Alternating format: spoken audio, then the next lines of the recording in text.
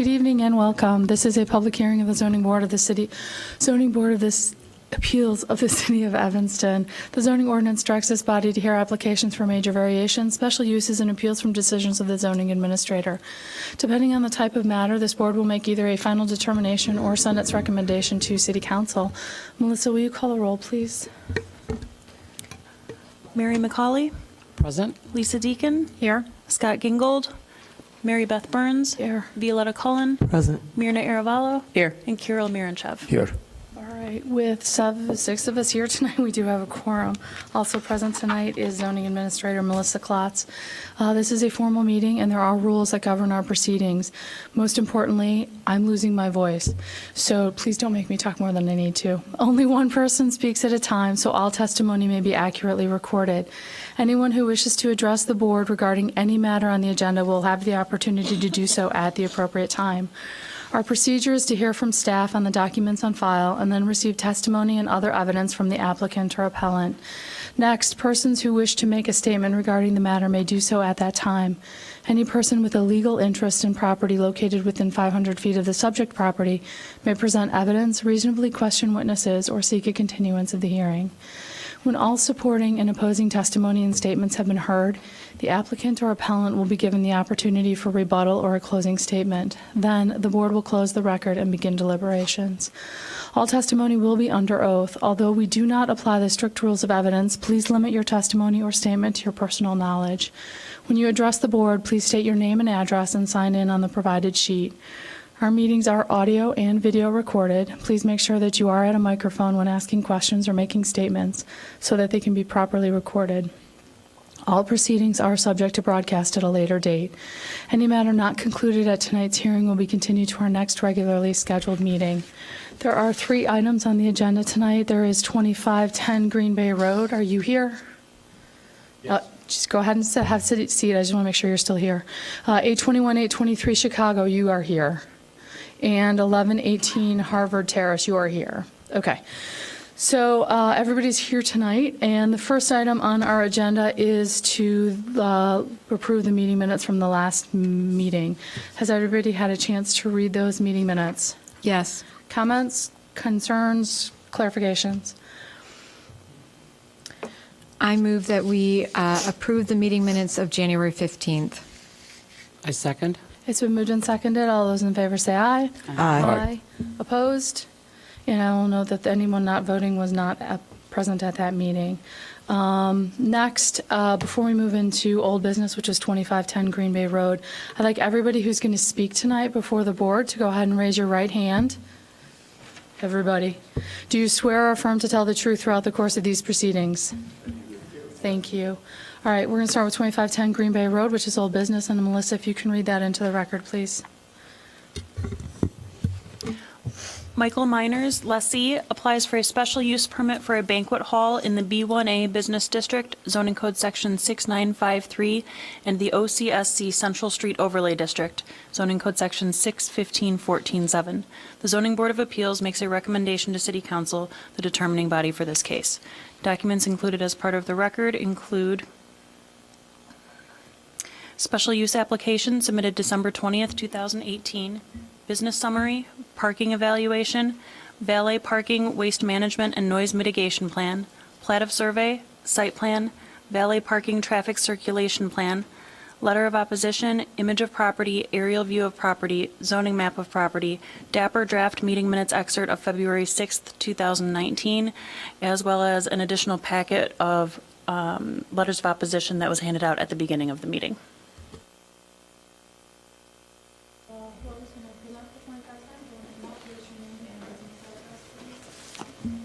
Sorry, please come up and tell us your name and address and to present your case. Certainly.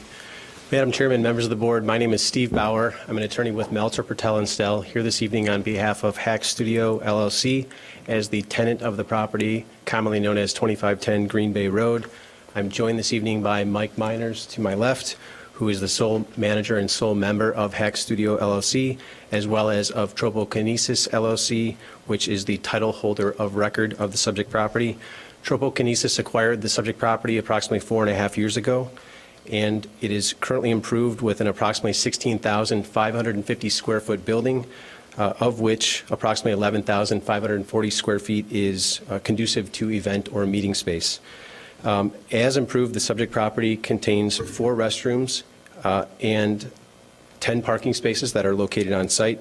The request before you this evening is, as stated, for a banquet hall as a proposed special use.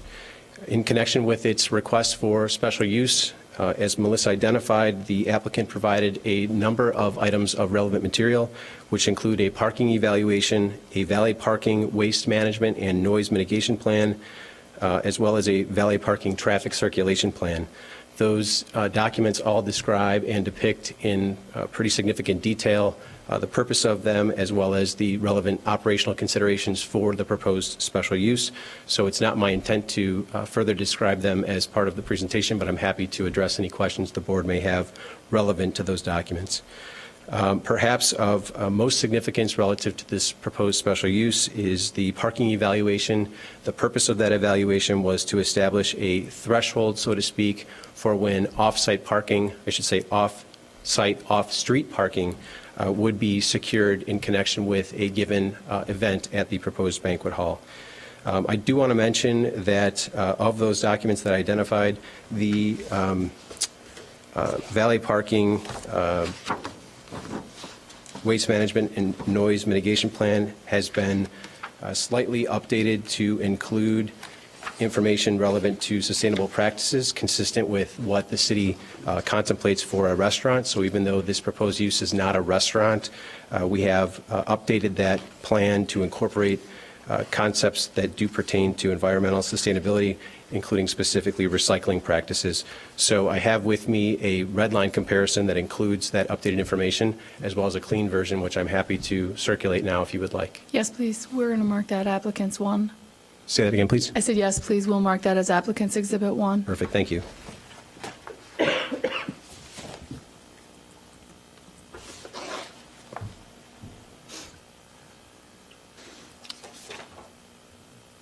Thank you. I'm going to do this in 2 shifts.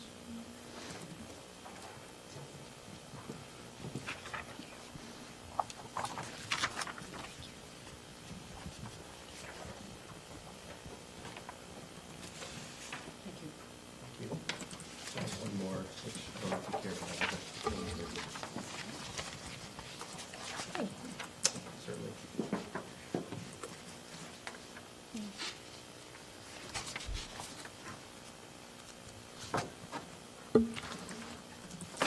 Thanks. Sure.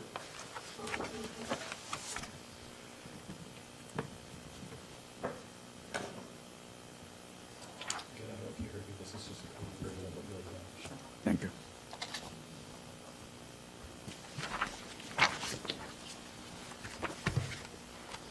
So as I flip through this, it seems to be that the primary differences are really just a little bit of language cleanup in the beginning, and then primarily the environmental sustainability practices. Is that correct? That's right. The what you characterize as language cleanup on the first page in a footnote is really just a function of the way that we then used or made reference to the floor plan in the sustainability practices inclusion, which again, the latter is the majority or principal purpose of the update. Okay. So just quickly continuing on, as I think Melissa referenced, or I know is included in the staff report, the Design and Project Review Committee reviewed the proposed special use request on February 6th and recommended approval subject to 4 conditions, all of which are completely acceptable to the applicant. In fact, 2 of those 4 the applicant has already complied with. Those are the only 2 that the applicant has the ability to comply with prior to the operation of the special use, given that the other 2 proposed conditions of approval relate to the use once it is in operation.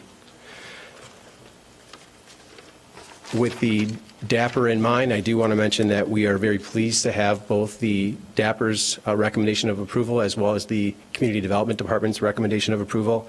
And with that, we respectfully request the Zoning Board of Appeals recommendation of approval, and I am happy to answer any questions you may have. Excellent. I read with great interest, so there's a couple of things.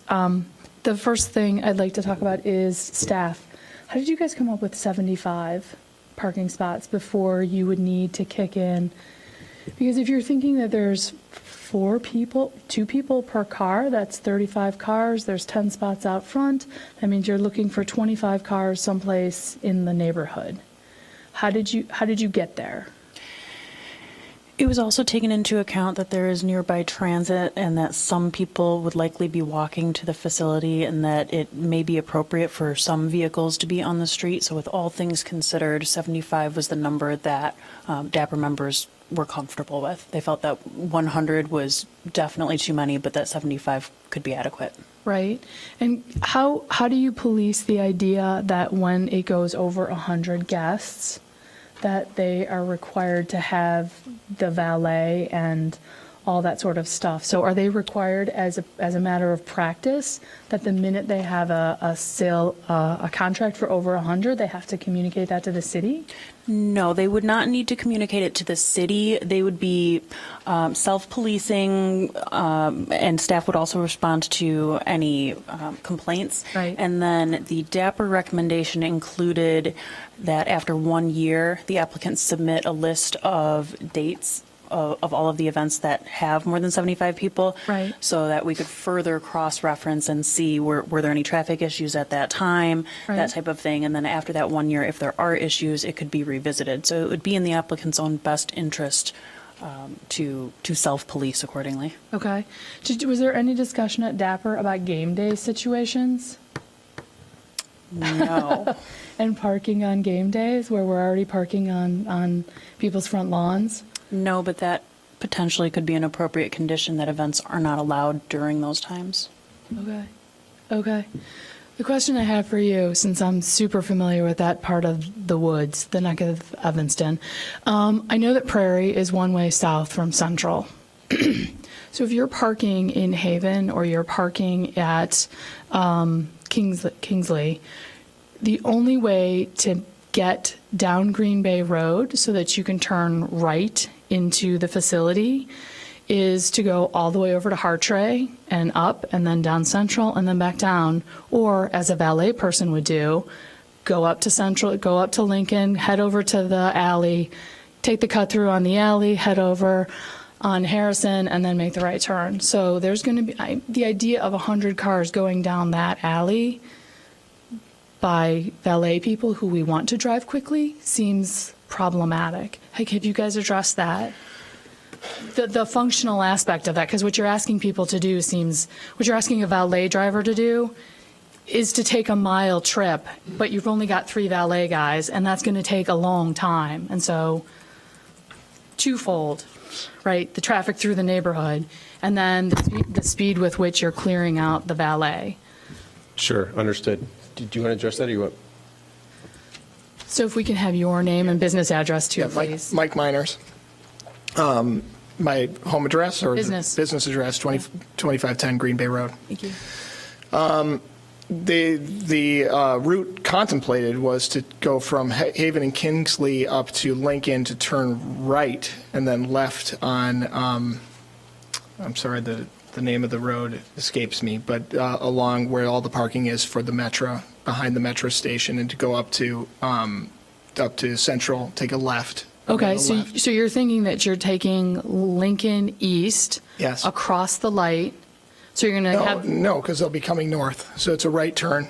It's a right turn onto Lincoln from Kingsley and Haven. okay.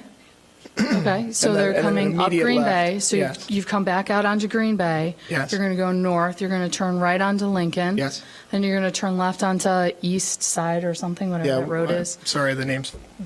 Call it the one next to the tracks. It's Yeah. Eastwood. Eastwood, thank you. Poplar. You're going to take Eastwood. No, Poplar. Oh, Poplar, right. You're going to take Poplar up to Central. Yes. Going to wait at another light.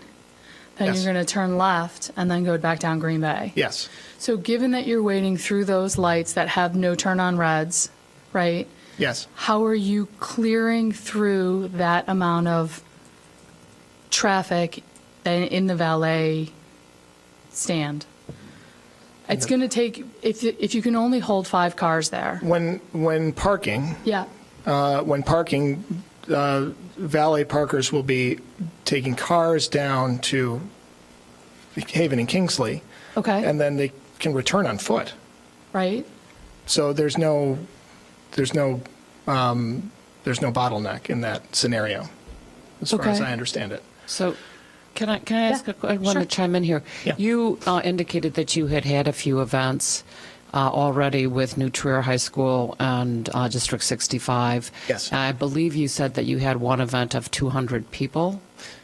I don't know the exact number, but it was, the upper event. estimate would be 200. It was probably less, but the upper Over estimate. 100, though, anyway. Certainly. A sizable event. Yes. And the nature of that event was, That was the annual banquet for Beacon Academy.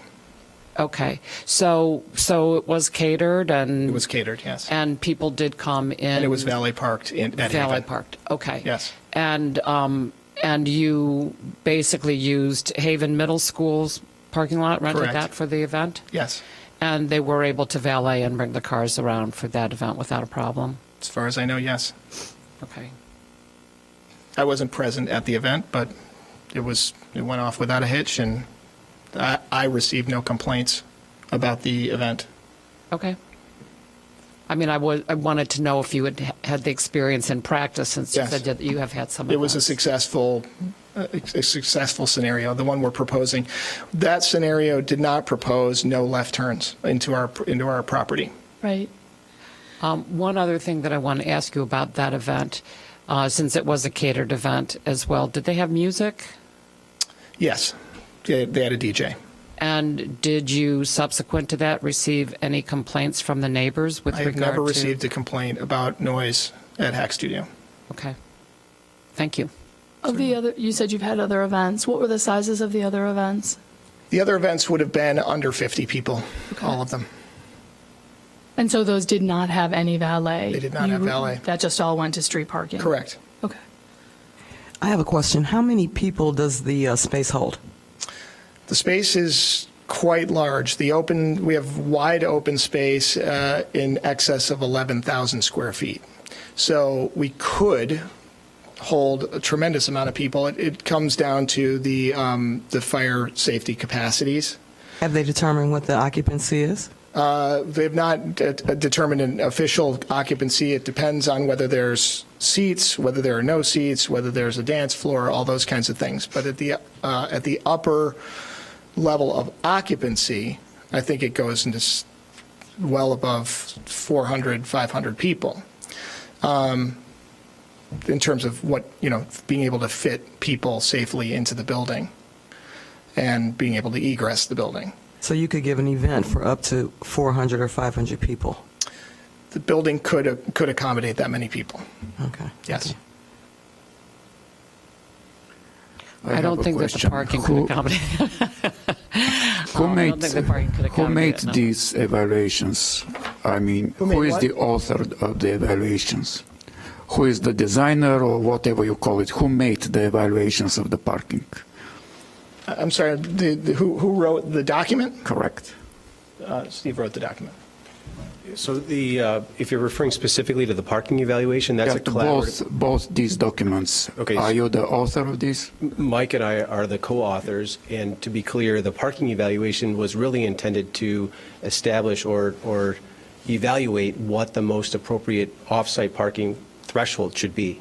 So we looked, for example, I don't know how closely you've reviewed those or when most recently you reviewed them, but we looked at sort of similar or analogous types of uses, assembly-type uses, and that's why we were initially proposing 100 as the threshold for off-site parking or before there's a need to obtain or secure availability of off-site parking based on things like religious assemblies or gymnasiums or other types of uses where there's a large grouping of individuals all in one space at one time. Okay, thank you. Sure.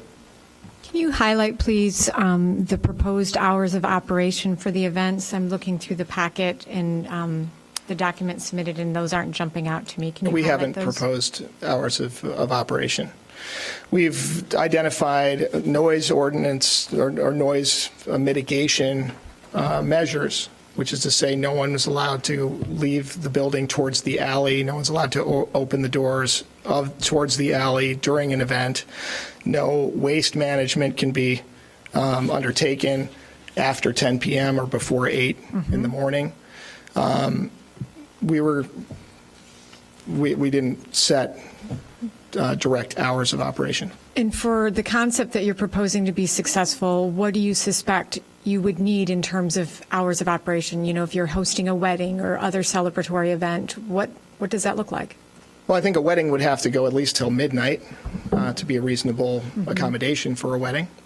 Okay. And then other events would, if it was a District 65 in-service, could start as early as 8 in the morning, maybe earlier, depending on what's going on at school that day or whatever's going on in the schedule. So, I anticipate reasonable hours of operation. We're certainly not going to be going all night. Thank you. And to date, what type of conversations have you had with some of the adjacent property owners in terms of how likely it would be that you would be able to secure this off-site, off-street parking for your larger events? What conversations have I had with the neighbors about it? Not the neighbors, but for example, Kingsley, Haven, We have secured parking at Haven before. correct? And I have spoken with the person in charge of organizing that accommodation. I understand the process. The process is fairly seamless. It comes down to making a formal application on paper. That application is then vetted by the person in charge of it and then is sent on to the principal of the school. The principal of the school checks it against their calendar or makes whatever determination the principal thinks is the correct determination to make as to whether or not the lot is available. And then if the principal signs off on it, then the lot is available for use. And the terms set by in terms of rent or not are all determined in that process. And can you remind me, I apologize, I know these numbers are in the packet, but can you remind me the capacity of those nearby parking lots? I don't have them in my, thank you very much. Okay. So Haven has 79 parking spots and Kingsley has 47. We also have used the parking lot at 2528 Green Bay Road, which is 2 doors north of us. We've used that for events as well. So we've had smaller events where we just procured use of the lot. The first time we did it, no one used that lot because we just didn't have that many people. We had people park in our parking lot, and that was sufficient. So in the subsequent small events, we didn't pursue off-street parking or off-site off-street parking. And that has 43 stalls in that one. And finally, can you speak to what other uses you have considered for the building? I know that, so how long has how long has the building been vacant at this point? The building's been vacant for about 9 months. Okay. And what other uses have you considered for the building? I am an artist, and I've been considering use of it as an art studio and exhibition space. Other uses come down to turning me into a landlord and then renting the space out as a landlord would, and that's not an attractive option to me. So I'm going through this process first to see if it's a way to maintain control of my own space and still have it economically sustainable. Thank you. I have a couple more questions. Is this Yeah. your primary form of income then? I'm sorry, is Or what? is this business the primary form of income for your family? No. Okay.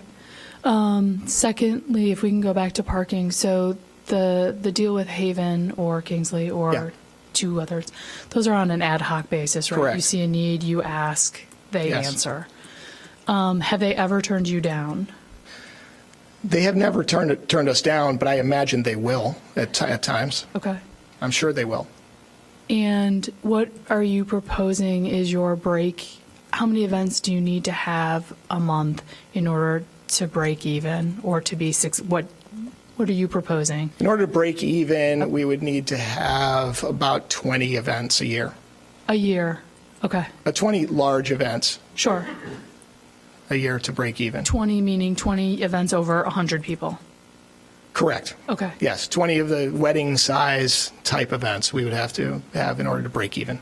Okay. But event space business usage would not be the only source of revenue For that space. for that building. What is the other source of revenue for that space? My art could be my ability to build things. I'm Because- already Okay, have so that some actually clients. gets to that a question I had about that corner in the plan. That's the workshop. Yes. So that will still be your studio where Yes, you and, do and a potential revenue generator. stuff. Okay. Yes. Where you do your work. Correct. Okay. Just so you understand, ideally, I don't have to have events at this building. Right. Sure. Can you That's repeat that? ideal to me. I missed that. Could you repeat that? Susan? Ideally, I won't have to have events at this building. I just want to go through this process so that if I'm going to have events at this Yeah. building, it's been properly vetted by this body and by the neighborhood, and, Right. and I know that I'm able to be a good neighbor. Yeah. I also want to add that it is expressly my intention to be going through this process in order to be a good neighbor. That this process, to me, is a way of seeing if there's a fit between what I see as a potential for the space and what this body and the neighborhood think is a fit. And if we don't think it's a fit, the question then becomes, can it be a fit? And what would those parameters be if they need to be something different than what's proposed? So I have a question again for Melissa, that your DAPR does have a condition that after a year, the banquet use be reevaluated Yes. to see if parking has been properly obtained as they have instructed. So this special use could be revoked then in a year's time if it is found that either noise levels or behavior problems or parking problems persist with the space. Is that the case? Correct. The special use could either be revoked or modified to include additional or different conditions. Okay. So I think that you've handled one large event apparently successfully. So it would be a test case to see if it could operate as a banquet facility without disturbing the neighbors. That sounds very reasonable to me. 2 additional questions. In the event that you have a large event and you are turned down by these nearby parking lot options, is there a plan B that then you would shuttle from because they're a little further away? Yes. Yes, there would be. If we could find, are you saying is there a specific parking lot in mind? No, Yeah. there is not a specific Okay. parking lot in mind. But the next option would be to use whatever parking is available. I could imagine, just to be creative about it, I could imagine a wedding happening 20 miles away from our place and everyone leave their cars at where the wedding happened and then shuttle over to Hack Studio. That's a potential possibility. And you heard some of the conversation up here about what would happen in hosting an event on game days when that area is already overparked. Yes. Have you given any consideration or have thoughts to that? Yeah, my thought is that it just lumps in with the policy that we're proposing, which is that if we have a large event, we secure parking for that event. And if on game day, it sounds to me like game day would be very difficult to procure parking. But if we could procure parking on game day, then we would be managing those cars appropriately Thank you. if we found it. But if we didn't, what it states in our proposal is that if we don't secure off-site, off-street parking for a large event, that event does not book. Can you talk about the employees of a catering company? Do those employees typically come with the catering company in a catering company van? Or are all of them driving there? And where are they parking? I don't know that, but we have a caterer here and Oh, fantastic. at the. I'd love to hear from a caterer. But I can say, at least from the Hack Studio point of view, Yeah. there parking for employees would not be allowed to, they would not be allowed to be parking anywhere in the neighborhood. Hi, Hello. I'm Heather Bublik. I reside actually at 2500 Green Bay Road, and then my business address is 1601 Payne. So I actually am the caterer that catered the Beacon Academy event. That was 225 people. They had no problems with valet. We didn't even use all the spots that they had. They actually had a DJ and a live band. And again, no sound problems or anything like that. So tell us how it works with your staff and Our how, staff where they park. particularly come with us in the van. We also have 2 spots over at 2500 Green Bay Road.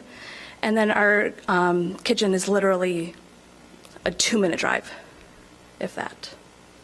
Okay. So how many staff are there usually for an event of that 100 plus? Of that event, I want to say it was about 15 people, Okay. but they kind of came back and forth throughout the night, Okay. back and forth from our space to. And so nobody parked in the neighborhood. They came. No, with everyone parked. They, Everyone they came parked with back the at your place. Exactly. And then you shuttled them over in your. trucks and vans. your and demands, things. yeah. Exactly. Okay. Okay. Thank you. No problem. Thanks. Is there anyone else who has got a question up here? Okay. Thank you very much. Thank you. We're going to let you guys take a break. We're going to let your neighbors tell us how they feel, and then give you guys a response, an opportunity to respond or answer questions or ask you more questions. Certainly. Thank you very so much. All right. There's a lot of you tonight. There are a lot of you. So we're going to go down the list. So, which one is it? It's the 18. So we're going to first start with Scott Rogers on 2504 Green Bay, and then C. Regan? Claire, and then Maureen Schubert. Let's start with you three. All right. If you guys can try and limit your gonna comments to about limit. 5 minutes. And again, if somebody says something you agree with, just say, I agree with them. That'd be fantastic. Okay. I'll keep Yep. it to 3. I'll try to keep it to 3. I did send a packet by email. Is that what was handed Yes. out ahead of time? Okay. Yes.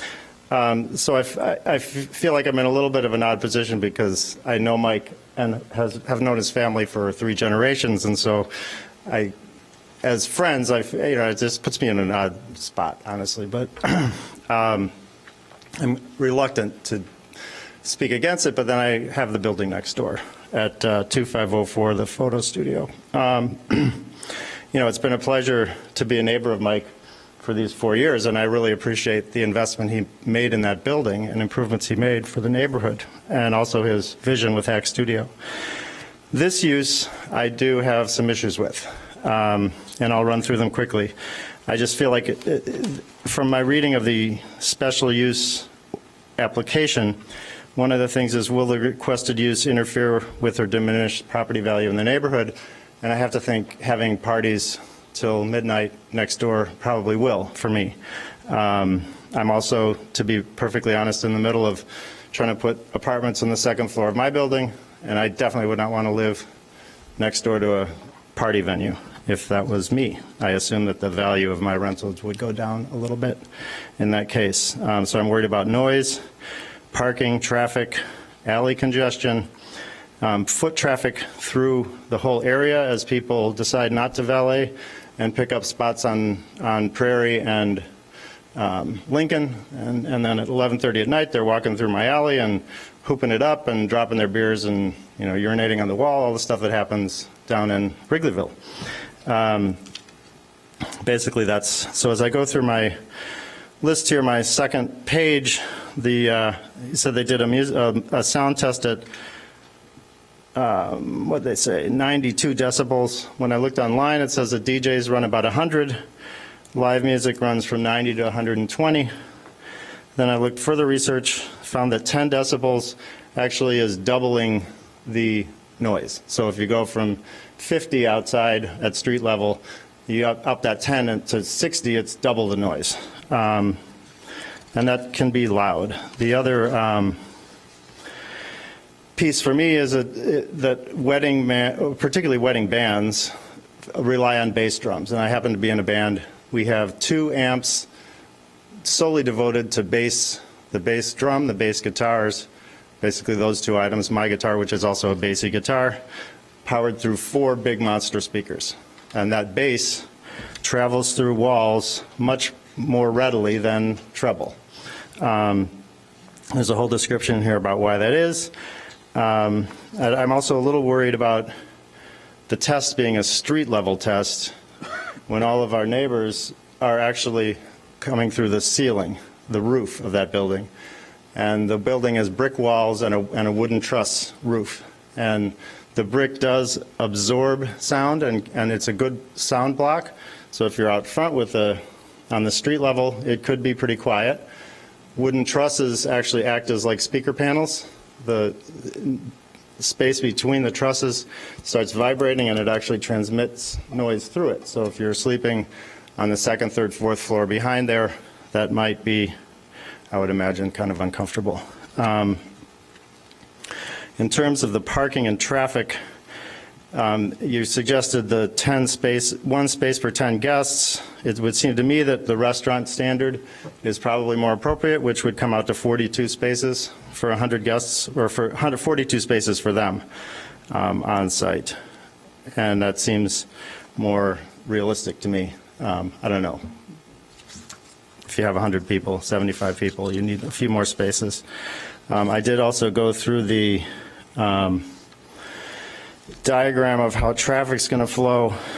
From what I can walk off out front, there's 30 feet between the front of the parking and the sidewalk area. Car's about 18 feet long, at least mine is, my minivan. Leaves about 12 feet of clearance to try to funnel cars through and have people coming and going on his little, the kind of blacktop area behind the cars. And the traffic flow has suggested to me, too, if anybody's trying to get one of those cars out, then that comes to a stop. And people are going to be backed up on the southbound Green Bay Road. It'll back up there if you're trying to flow cars through there. Let's see.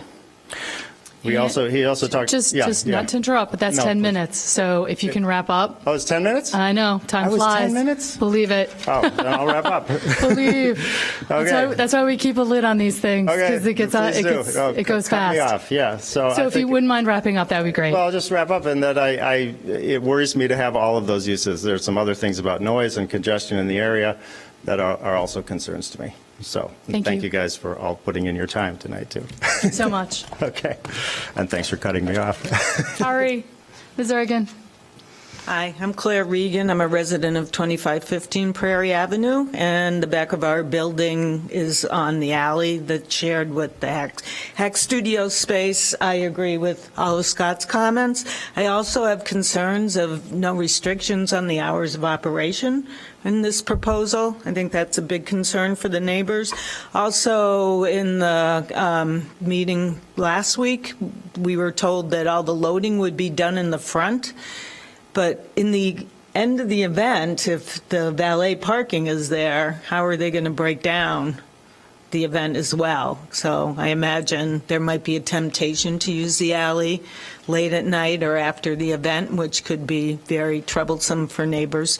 And the lot at 2528 Green Bay, what they're proposing could be one of their satellite parking areas, is directly across from my bedroom window. So I, of course, have concerns about that for disturbances of the peace. Thank you. Thank you so much. And Ms. Schubert? Schubert. Thank you. Hello, I'm Maureen Schubert. I also live at 2515 Prairie Avenue, which is across the alley from the proposed venue and about 2 buildings up, okay? This is a really unique neighborhood because it is a combination of residential and business, okay? It's a great neighborhood to live in. And one of the reasons is because the people who live there, the neighbors and the businesses, are extremely responsible and respectful of each other, okay? And so the other reason it's great is because the city council has also passed an ordinance concerning noise in their infinite wisdom, and those hours are from 10 to 7 in the morning and 11 on the weekends, okay? And so these two combinations make for a great entity. I have real trouble with the noise that is going to come from this venue. I have two examples for you. We had one irresponsible neighbor in the building that's perpendicular to us who decided to share his taste in music at the wee hours of the morning, keeping people in our building up because one man with a personal audio system in a brick building, and he's more than 100 feet away from it, penetrates right into our building. So can you imagine what a DJ or a band with the decibels at those speakers? Some of the people in the building south of me are 20 feet across the alley to this venue. And my other example is, I lived in Chicago. I lived in the 2400 block of Lakeview, facing Lincoln Park, but behind me was Clark Street, full of bars, okay, who had DJs and bands, okay? My building was such that I ended up being a half a block away from Clark Street, and I'm going to tell you that those bands and DJs, especially the bass that Scott talked about, resonates within the walls of my building, and we're talking with all windows and doors shut, both at the bars and in my apartment building, okay? So sound travels, you can't contain it, okay? And the concern is he's very vague about how long these receptions are going to go on, okay? So I ask your real consideration of that. Put yourselves in the position of us who live in this neighborhood that we really love. And it's a quiet, peaceful neighborhood at night. I don't think this is an appropriate place for this venue. There's parking issues, there's alley issues. He's got vendors, all kinds of people that've got to get in and out of there, clean that place out after midnight and everything else. I think there's many other uses for this property, and I think this would negate the city laws we have against disturbing each other in those hours of the evening. And it negates the intention of that laws and codes that were passed to create a great quality of life for those of us that live here in Evanston. Thank you. Thank you for the time that you put in, too, for the city. Thank you. Mr. Schubert, did you want to say anything? Or you can just say, yep. I agree with everything. No. All right. New arguments. Let's go. Not an argument. New comments. Let's put it that way. Robert Schubert, 2515 Prairie Avenue. I'd like to concentrate on one item, the loading dock. I've owned scores of buildings. I've had at least a dozen buildings that had venues, either restaurants or events like this facilitated. And I can tell you the number one complaint that I get as a landlord over the years has been the congestion in alleys and such. Because an awful lot of people that deliver stuff don't really care about anything except getting in, getting out, and doing it as quickly as they can or as convenient as they can, to the detriment of the other people who may want to go up or down the alley. And you referred to how long it takes a valet person to go around the block and come back if he has to, park the car. If you come in off of Lincoln and you look down the alley and there's a vendor's truck there parked, in order to get to the middle of the alley, you have to go 4 blocks up, around, down, and back through. Okay. Running a business like this gentleman's telling me to do, I got to tell you, it's impossible to do it by running the merchandise that you're purchasing from the front door only. You've got, during the day, you've got people coming in there with all kinds of things going on. They're not going to take and wheel stuff 200 feet from the front door back to the kitchen. As the place starts to fill up, they're not going to be bringing stuff back. The florist comes later or whoever comes. The band comes. The band's not going to come through that room after the people have gotten there if they don't have to play for 2 more hours. And the worst part's going to be at the end. There's no way that alley's not going to be filled with trucks after dinner and they start breaking down as the dancing and so forth is going on if it's a wedding. And those trucks are going to be parked in that alley, and that alley would virtually be closed to our neighborhood during that period. Now, if that was a brand new building, okay, the zoning would require him to have loading docks. In fact, that size building, as I read the rules, he would need 2 loading docks of approximately 35 feet by 10 foot wide. Neither one of those is available outside the perimeter of his building because he'd be in the alley.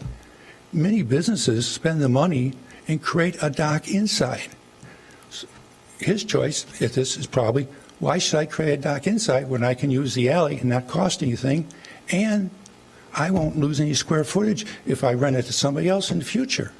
So for him saving the money to put the dock inside properly, where it won't bother the neighbors, the trucks won't be bothering the neighbors, he'll save the money. The neighbors will be aggravated by this problem. When he sells the property, he'll get a few extra dollars for it because he's got more square footage to sell to the next guy. You know, it's a good investment for him. For the neighbors, it's a pain in the neck now and in the future. And I don't think that's an exception that should be given to a property owner when he's in a position with a property like that where he can solve the problem by taking the loading dock inside like many places you see it. It's a cost item for him and a nuisance item for the community if he doesn't do it. Thank you. Thanks so much. Next, we have Michael at 2515 Prairie. Thanks. I'll be very quick, and in fact, I would just as soon relinquish my time back to Scott, if that's allowed. Probably not. Yeah, we'd prefer not to do Okay, that. so all I'm Yep. going to say then is, I'll make this very quick. I also live at 2515 Prairie, and I support everything that's been said to now by this group, and I want to emphasize that I think it's folly to believe that there won't be, let's call it inappropriate behavior. I mean, it's going to be party time behavior. We just know it's going to happen. It's going to be at a frequency 20 per year. That's going to be about 2 a month during the party season, the reasonable party season of spring and fall. And I would just ask you to consider how many times is acceptable for raucous behavior in a neighborhood like this. Is it once a month? Once every other month? Once a week? I would just like you to consider that, because I think we're all very, very sensitive to the negative possibilities, and they've all been outlined much better than I can, but I would just like you to consider that one problem. Thank you. Next, we have, nope, Susan's here for something else. How about Kathleen Johnson? You do have something? Great. Something different, yeah. I'm eager to hear something different. Well, okay, sort of different. I'm Kathleen Johnson. I live at 1843 Lincoln, which is one of the townhomes that are right around the corner of Prairie and Lincoln. So I guess we received in the mail, in our mailbox from Hack Studio, a flyer, and in it he talked about this exciting venue where he would do birthday parties, small meetings, school district and service days, single-day educational team building days, lecture series, performances, art shows, and then at the end, weddings and banquets. So I'd like to say that I would probably support daytime events of all of those first things, but all of the conversation I heard from him this evening and what we've been talking about really has to do with evening wedding receptions. And I can echo what everybody else said about feeling like that is a really inappropriate use in our neighborhood. Just one comment about the alley. Literally behind Hack Studio, there's a little tiny entrance that goes into the garages for our 6 townhomes. And it is frequently already stopped by FedEx, because all the FedEx trucks run through there. You know, any kind of delivery, anything going on already causes us to not be able to get into our garages. And just adding to the congestion in the alley is kind of crazy. I'd like to say just 2 other quick things. As someone who lives on Lincoln, it's rare that you see a lot of empty spaces of parking on our street. It's just rare. One leaves, another comes right in. So the thought that there's lots of extra space there for people under 100 people to be able to park in, unless they're parking on top of each other, because you can only park on one side of Lincoln, I don't see that. And then just the last thing I want to mention is the appropriateness of serving alcohol half a block from a school really disturbs me, and I don't think it's appropriate. And those are the things I had to say. So I guess I'm in opposition to the use of the facility in the evenings for weddings, banquets, but all the other things he told us he was interested in that would be daytime events seem appropriate to me. Thanks. Thank you. David? Thank you. Vice. You got to come up. If you're going to talk, you got to come up. You got to be at a microphone. That's okay, even if you come up to agree. I need you to be on camera and on audio. Okay. My name is David Bice. I'm at 1843 Lincoln. And one thing I guess I would just reiterate would be the FedEx trucks as a complicating matter for any kind of event there. Just out of curiosity, have you ever called the city to complain about FedEx trucks? Because those FedEx trucks must be from the FedEx office store that's on Green Bay. Right. So they're not making They are not deliveries. a They're part of that problem business. from the standpoint that they are in the alley parking. Okay. They've got a pad that they pull off into. Okay. It's just the fact that they're in and out constantly that it would complicate the matter of other traffic in the alley. That's Okay. all. Thanks. Thanks, appreciate it. Next, we have Frank Callahan. On your camera. I'm 1849 Lincoln, and I basically agree with what Kathy Johnson said. I think it would be a really great facility for daytime events, but the other party events, the alcohol events, the wedding celebrations and all that at night, it's very close to Haven School. It's just like a couple hundred yards away. So that's all I have to say. Thank you. Great, thanks so much. And Dan Larmer? You live at 1813 Lincoln? Dan, 1813 Lincoln? Okay, Dan's not here. How about Heather? You've already talked. Do you want to talk some more? Okay, fantastic. That's everybody who signed up. Yeah, the list wasn't there, I'm sorry. Perfect, nope, that's fine. We were going to move to you guys next. So, come on up. How many of you are there who didn't sign up to talk? Okay. 3 of you come up, stand in line, we'll get through ya. Good evening. Give me your name and address, please. My name is Ira Smith. I live at 1835 Lincoln Street. So I have a unique situation in that my alley garage is the closest building to the area behind Heck Studio. I have no questions about Michael's intentions and what he's trying to do and the process that he's going through, but there is just a certain reality that this alley is already heavily trafficked with commercial vehicles on a constant basis all day long. I've just spent significant tens of thousands of dollars renovating my garage building and conducting repairs where the building had been damaged on the side by cars hitting it. Within the last 2 weeks, if you were to go drive by my garage, you will see that the corner where my gutters are and the corner of the roof are now crushed from yet another delivery truck that has run into my building. This is one of these great ideas that just probably is not appropriate for that location and that building. I laugh, if you understand where I live, and so I see the game day traffic, right? The idea of cars being, by the dozen being valeted and having to make turns against traffic just to get out onto Green Bay Road, looping through somebody else's neighborhood. I don't have a lot of confidence that that's how it's going to really work. This area is in a strange way somewhat congested naturally just because of the schools, because of the stadium. It is it's a decent, as far as alleys go, I guess it's a decent alley, but that combination, in my case, and I'll just be really selfish about it, if somebody parks to make a delivery back there and they do that quick, I'm just running in for a few minutes, I'm dead. I will not be able to move my cars out of my garage. My building is a 1919 building. It's been through some significant renovations, but we are stucco on frame.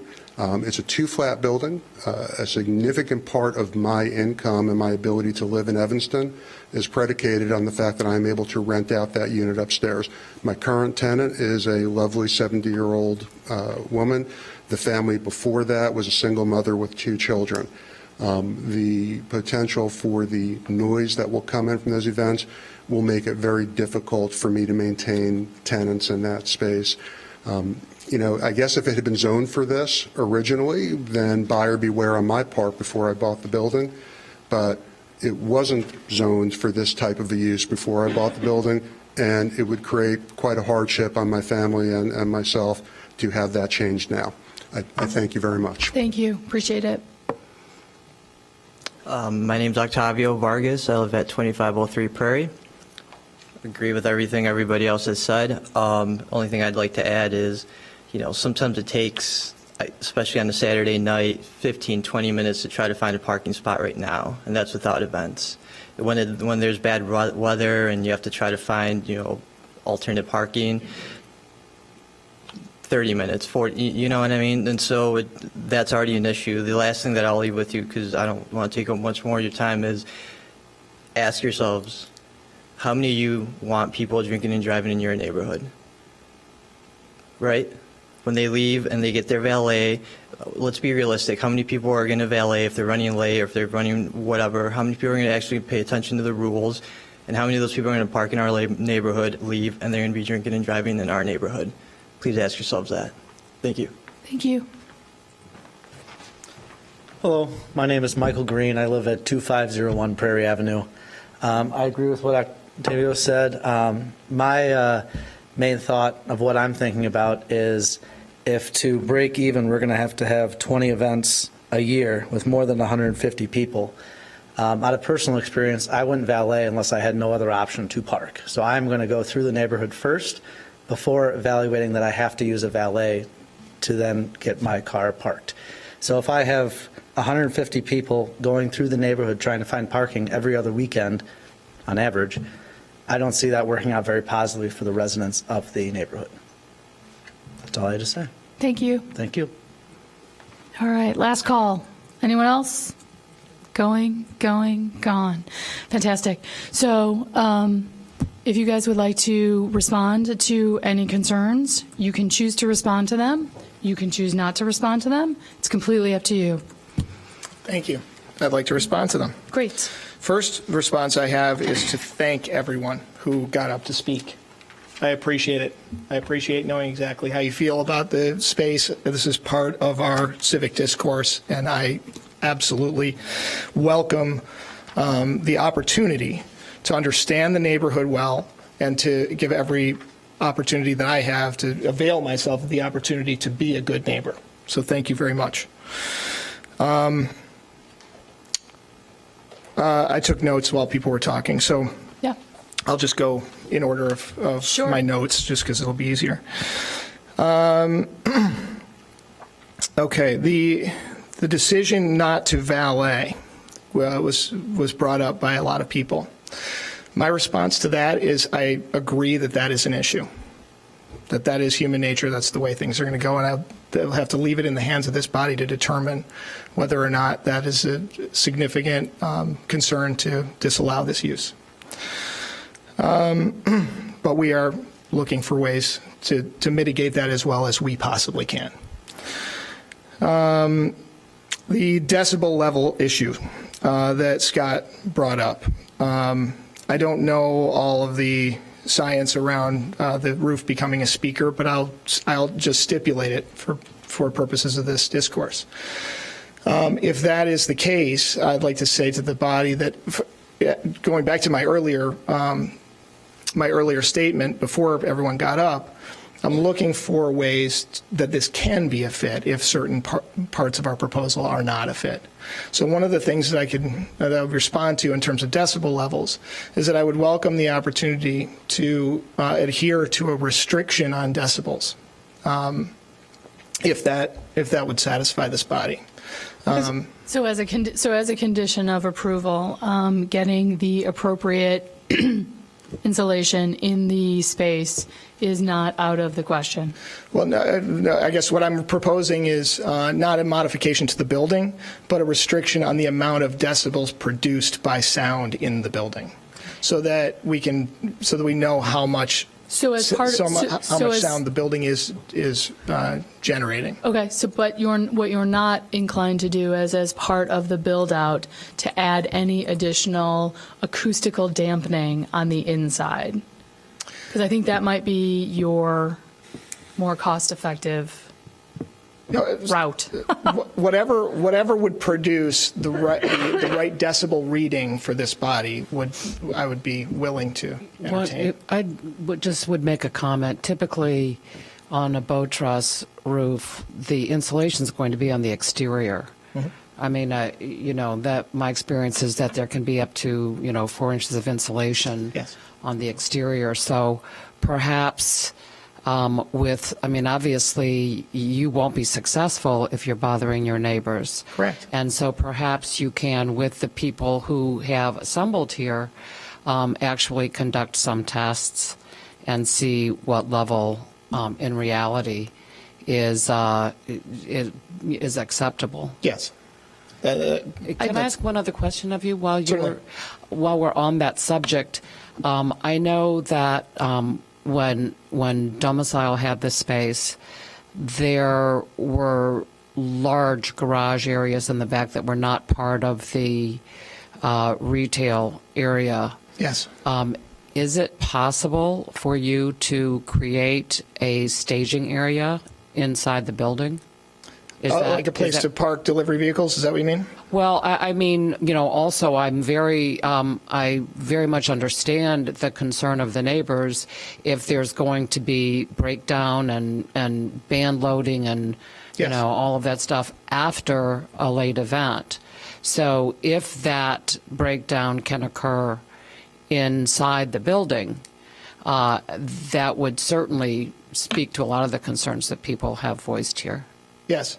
Well, I can skip to that issue. The issue of crowding and blocking of the alley, I've been in that building since 2014. I've done 2 building projects in the building, which has construction materials coming in and out, deliveries of larger deliveries than will be happening during a catered event. I've had catered events in the building. We have never once delivered a single thing to the back of the building, ever. So we've brought in construction materials through the front doors. We won't use the alley if this body does not want us to use the alley, and we would be willing to agree to it in ordinance. And I fully understand that concern. Let's see. I won't respond to that. Let's see. Claire Regan's comment on restrictions on the hours of operation. I'd be happy to agree to hours of operation that suit the neighborhood and that suit this body. Okay.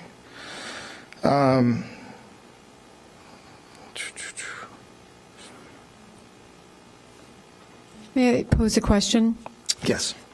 Some of the folks that we heard from spoke of the events that you described that would be primarily daytime events that don't involve, serving of alcohol and late night, yes, late night events and the activity that may come along with that. Does your business concept work without hosting the larger evening events such as weddings and those sort of banquets? Does it work with the idea of, daytime events? And if so, one of the complicating factors of that, I think, is that during the daytime, some of these satellite parking locations are, of course, used during daytime Yes. hours. So have you considered whether the business model works if you're not able to do these larger evening events? I have, it does not. Thank you. The daytime events would be supplementary.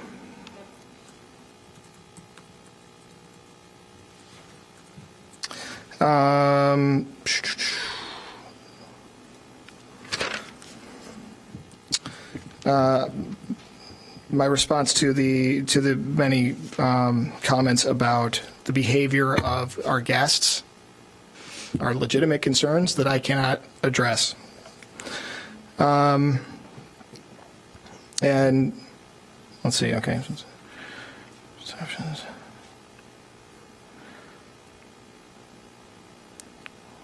I also acknowledge that that street parking in the neighborhood is already difficult. My response to the concern about alcohol being served a half a block from a school doesn't, just to my naive perspective, doesn't appear to be an issue to me because of the timing of the events that would have alcohol. It would not be during school hours or when children are moving to and from school.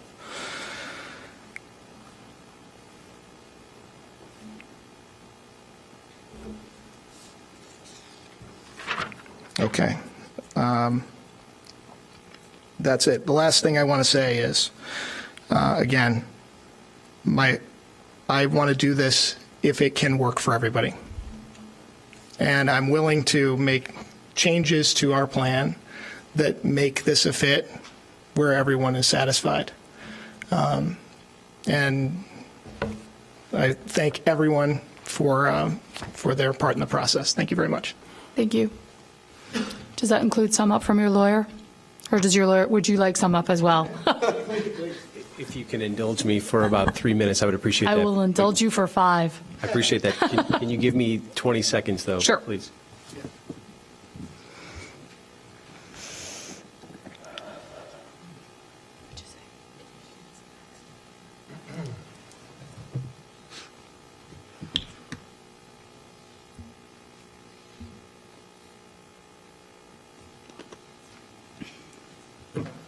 Is it like 107 in here, or do I have a fever?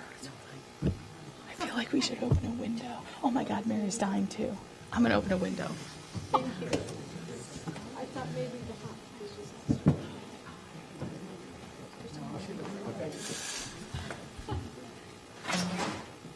Okay, so thank you. I'm going to, again, attempt to do this as briefly and succinctly as possible, and in no particular order of priority. Just want to make a couple of closing remarks relative to the proposed use. Again, in no particular order of priority. Number one, what was not stated this evening is that this proposed use is not the applicant throwing things at the wall and attempting to find some, desirable use for the property. It's reflective of an actual need based on actual requests that the applicant has received. That's how the Beacon Academy event, for example, and some other one-off events were conducted because of requests where the applicant was approached and specifically asked, hey, will you allow us to use your building for this purpose? So I think that's quite meaningful because this is not the applicant hoping with a wing and a prayer that something's going to work. This is reflective of an actual community need.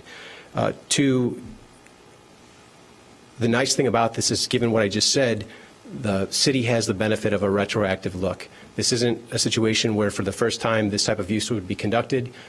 Rather, there have been similar types of events conducted here, and as the applicant has stated, there has not been concern raised in connection with those events. Three, as the staff report indicates, the request complies with the city's comprehensive plan. Four, the noise ordinance that was raised is relevant to the subject property, just as it's relevant to any other property. So in the end, the operation of this proposed use would have to comply with city ordinance. If it doesn't, then the applicant's eligible or subject to fines and whatever types of ramifications may follow through city enforcement. 5, we're very pleased, as I said, to have a staff recommendation of approval. Obviously, there's a professional staff who've evaluated the request very closely, and in the end came to a recommendation of approval. 6, same for Dapper. Again, a body composed of 14 individuals who took a hard look at things, identified some very specific conditions of approval, which we've identified as being acceptable to the applicant. I think I'm on 7. Obviously, in the end, the request that's before you is subject to and to be evaluated by the standards of review for a special use. The request clearly satisfied those standards. The staff report states as much. As Mike indicated, if the board is inclined to establish a noise restriction, that's entirely acceptable. Same for use of the alley. In fact, there's very detailed information provided in the traffic management plan that specifically includes the alley will not be used in connection with deliveries. Same for a restriction on hours of operation, if I didn't already state that.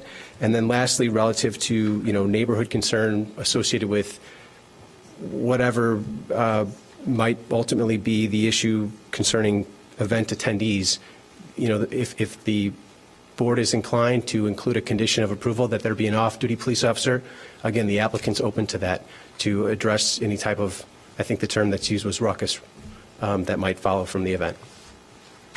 That's all I have. You have a minute and a half still. Like I said, I was going to attempt to do it in 3. Well done.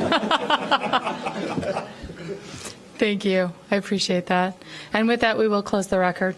Comments from the board? I actually think that this proposal has nuggets of good things that are in it. However, I feel like there's a lot of unanswered questions. I understand that there's a year that they could run this, how they propose it, with our conditions. But a year is a long time. I feel like if we were a little bit more proactive and got some hard answers as to what is the occupancy and, how can they, when are they going to hold their events and exactly where are they going to park. If we had more hard answers like that, I just feel like this could go better. It seems like this is one of the first times that they're really talking together, and it could probably be developed a little bit more and brought back to this body with better answers. That's how I feel about it. Thank you. Anyone else? Yeah, there are a couple of things that I would like to comment on. I really understand the neighbors' concern about rowdy behavior in the neighborhood, and certainly parking is a huge concern, and that's probably your principal concern in my mind. The rowdy behavior, I think, if you're talking about, the fact that everything will go in and out the front door, if you're talking about the fact that at a wedding celebration, it's contained, I think that if there are reasonable hours of operation and that it has to be concluded by 11 p.m., which typically, weddings have after parties, people get out of the residential neighborhood at that point. I think that some of these issues can be addressed and that there have been events at this space that have not raised the complaints on the part of the neighbors. True, I don't think that his business plan is fully fleshed out because he's looking for an approval before he can implement a plan that conforms to the concerns of the neighbors, but also the concerns of the property owner to monetize the building adequately that it can support itself. So it is a trial period, and now everybody knows Mike by face and name, and you have an immediate place to call with complaints if there are if there is behavior or parking issues that are egregious and that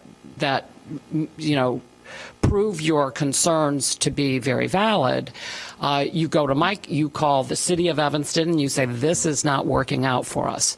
So, you know, he would, if he wants to be successful, if he doesn't want to have this special use permit rescinded after a year's time, he's going to have to conduct his business in a way that conforms to the needs and concerns of the neighbors. So I think that, you know, economic development along the Green Bay corridor, and I do know that there is a demand for event space in Evanston. So I think that we might tell City Council to let this plan, you know, give it its trial run and see if Mike can do what he says he is capable of doing, and that is to conduct a banquet facility that does not impose negatively on his neighbors.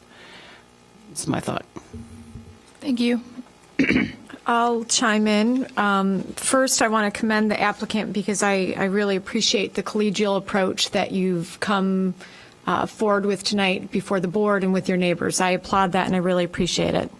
I do believe there is a market need. I don't think that that's a question. So and certainly I am usually the strong advocate in supporting sort of a market-driven use of vacant properties, which I think this proposal does. I think that the proposal in the special use could be made stronger with conditions that we propose to City Hall from this board. I still have concerns that I am considering as to whether this, you know, causes undue traffic congestion. I have very real concerns about the traffic congestion and the parking, among other concerns. I'm not sure that the number that DAPR sets out at 75 is a low enough threshold. I actually think that's a pretty high threshold in terms of a number to host there and not have off-site parking, a contract for off-site parking required. So there are certainly positives to this proposal, but I still have concerns that I'm listening to others on the board and hearing their thoughts about. Thank you. I'm actually pleased with Mike and the proposal for this venue. I think there's a need for it. I do have one question. Is the valet parking for these events paid for by the people attending the venue? So it's a paid valet, or is it part of your services? And unfortunately, you can't answer because we closed the record. Right.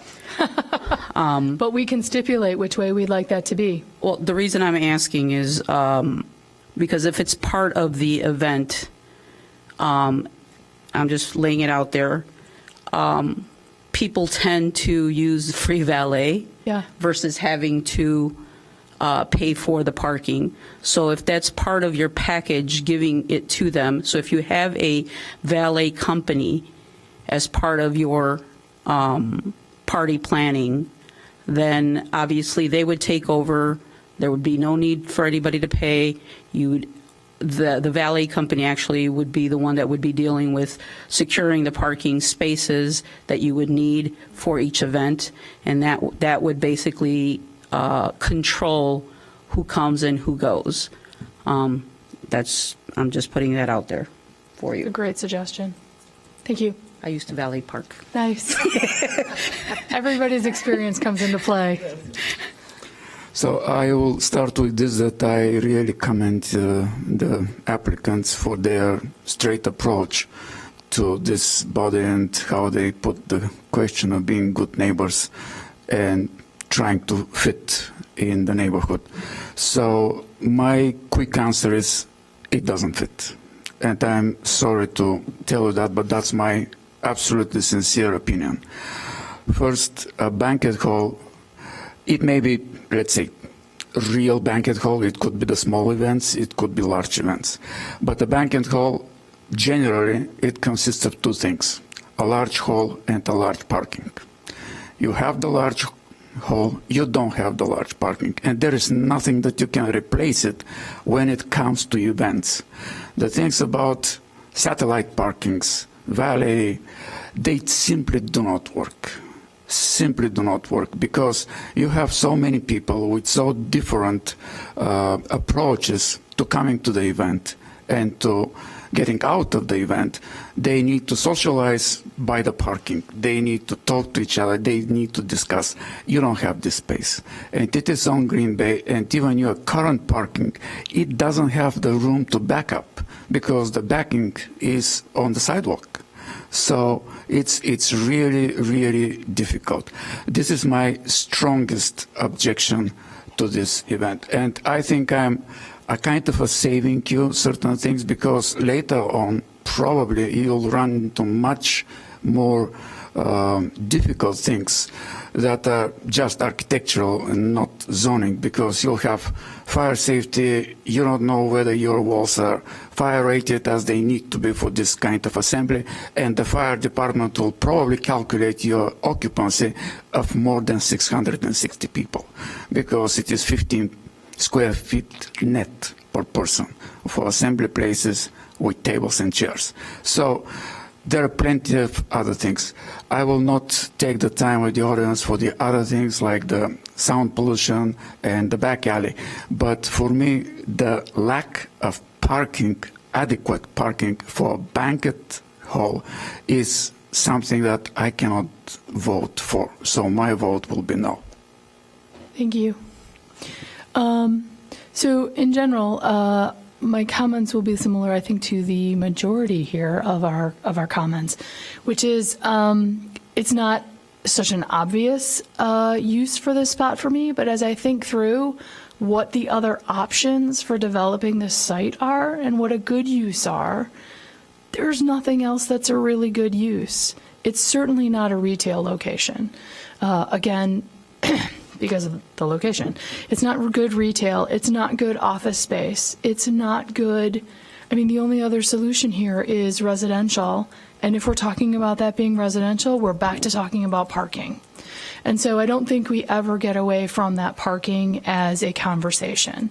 And so that said, I think that in Evanston here, we certainly appreciate the reuse of buildings and the adaptive reuse of buildings. And that's certainly, I think, actually one of the things in our comprehensive general plan is the adaptive reuse of buildings and trying to reuse things rather than tear them down and start over. I do think that Myrna makes an excellent point about free valet. I've had to occasion a facility on the west side of town which has limited parking as well, but they are required to have free valet. And it really does speed through traffic parking concerns, and you just don't think twice about it. You just go, you don't look the neighborhood, you don't do anything. You just go there, hand them your keys, and move on. And so I think that really is a game changer for behavior. And particularly, that's a value add to your customers as well. It's not, oh, I'm going to nickel and dime your customers. This is the great service we provide. So I think that actually is a pretty decent game changer here. I do think that you want to consider soundproofing inside your building. Just again, from the acoustics of sound in a bowstring truss roof, you're going to want acoustical soundproofing, which is different from insulation. And so I think as you start to develop the space, I think I'd like to include that in as one of the conditions here. And I don't know how we make that stick, because I don't know that I want to say, well, it has to get to a certain decibel level, because there are diminishing returns with what that sound insulation is. And I think it's reasonable to ask for a reasonable amount without you having, 27 inches of acoustic insulation. I mean, that's insane. So, Mary Beth? I don't know the best way to go about that. Well, perhaps we can just have a condition that says there will be soundproofing adequate to soundproofing, and that could be in the form of sound-absorbing panels. Yes, exactly.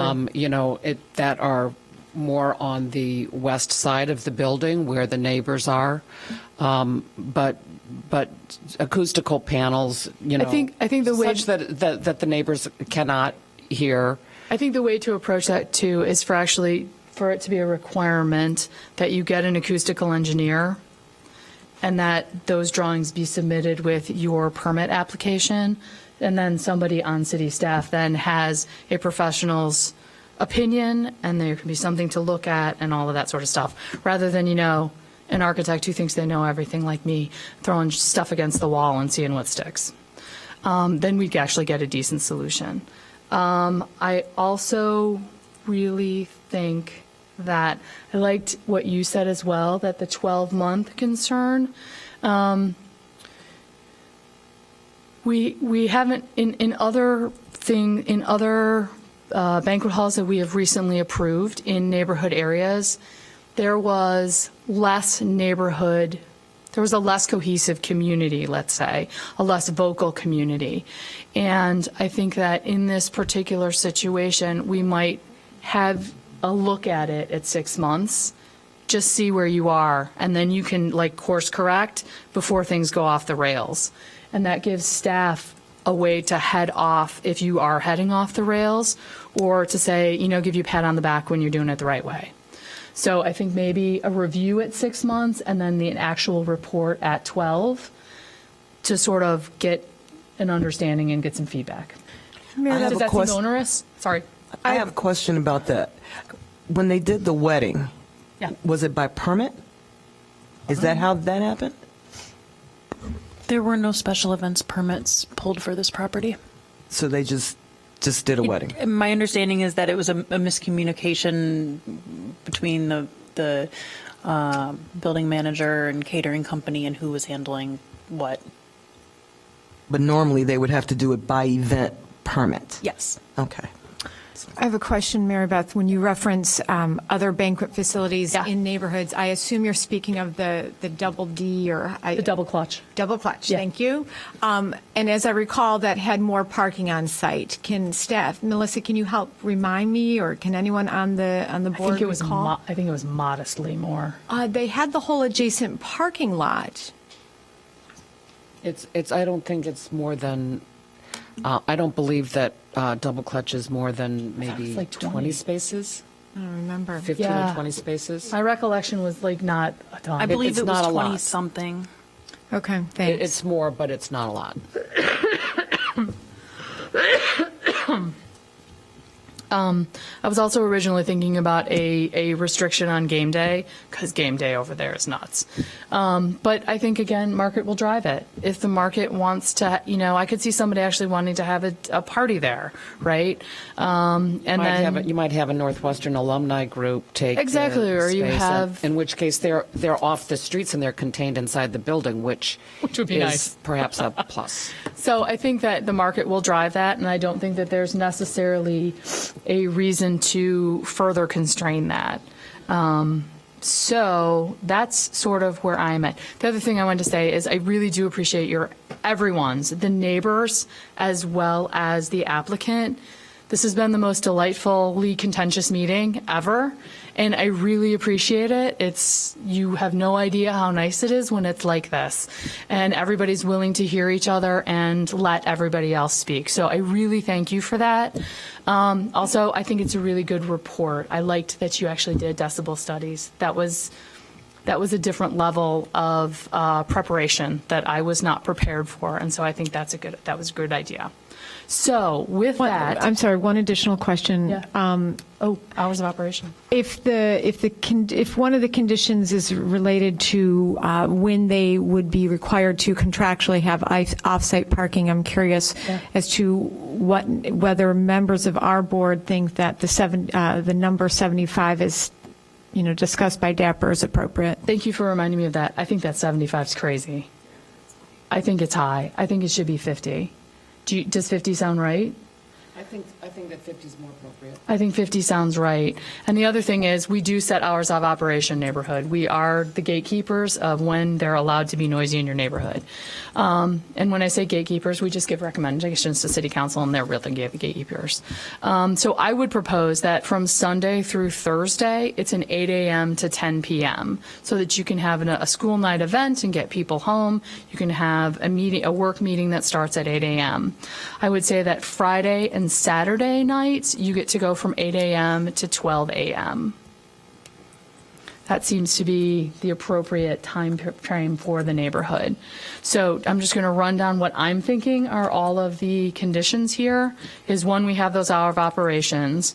Two is that they are not allowed to have valet traffic in the alley, that there is no loading or anything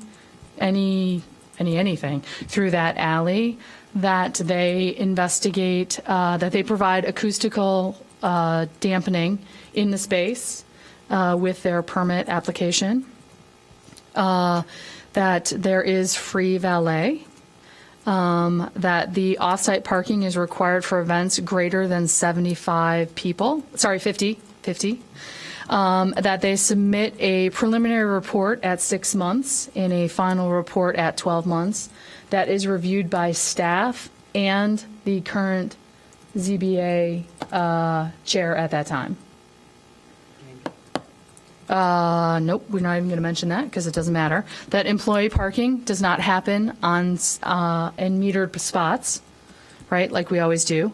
And did I hit everything that were all of our buttons and ways to keep the neighborhood livable? Is litter collection? No, doesn't apply. Because it's not, they've already got sustainable, what?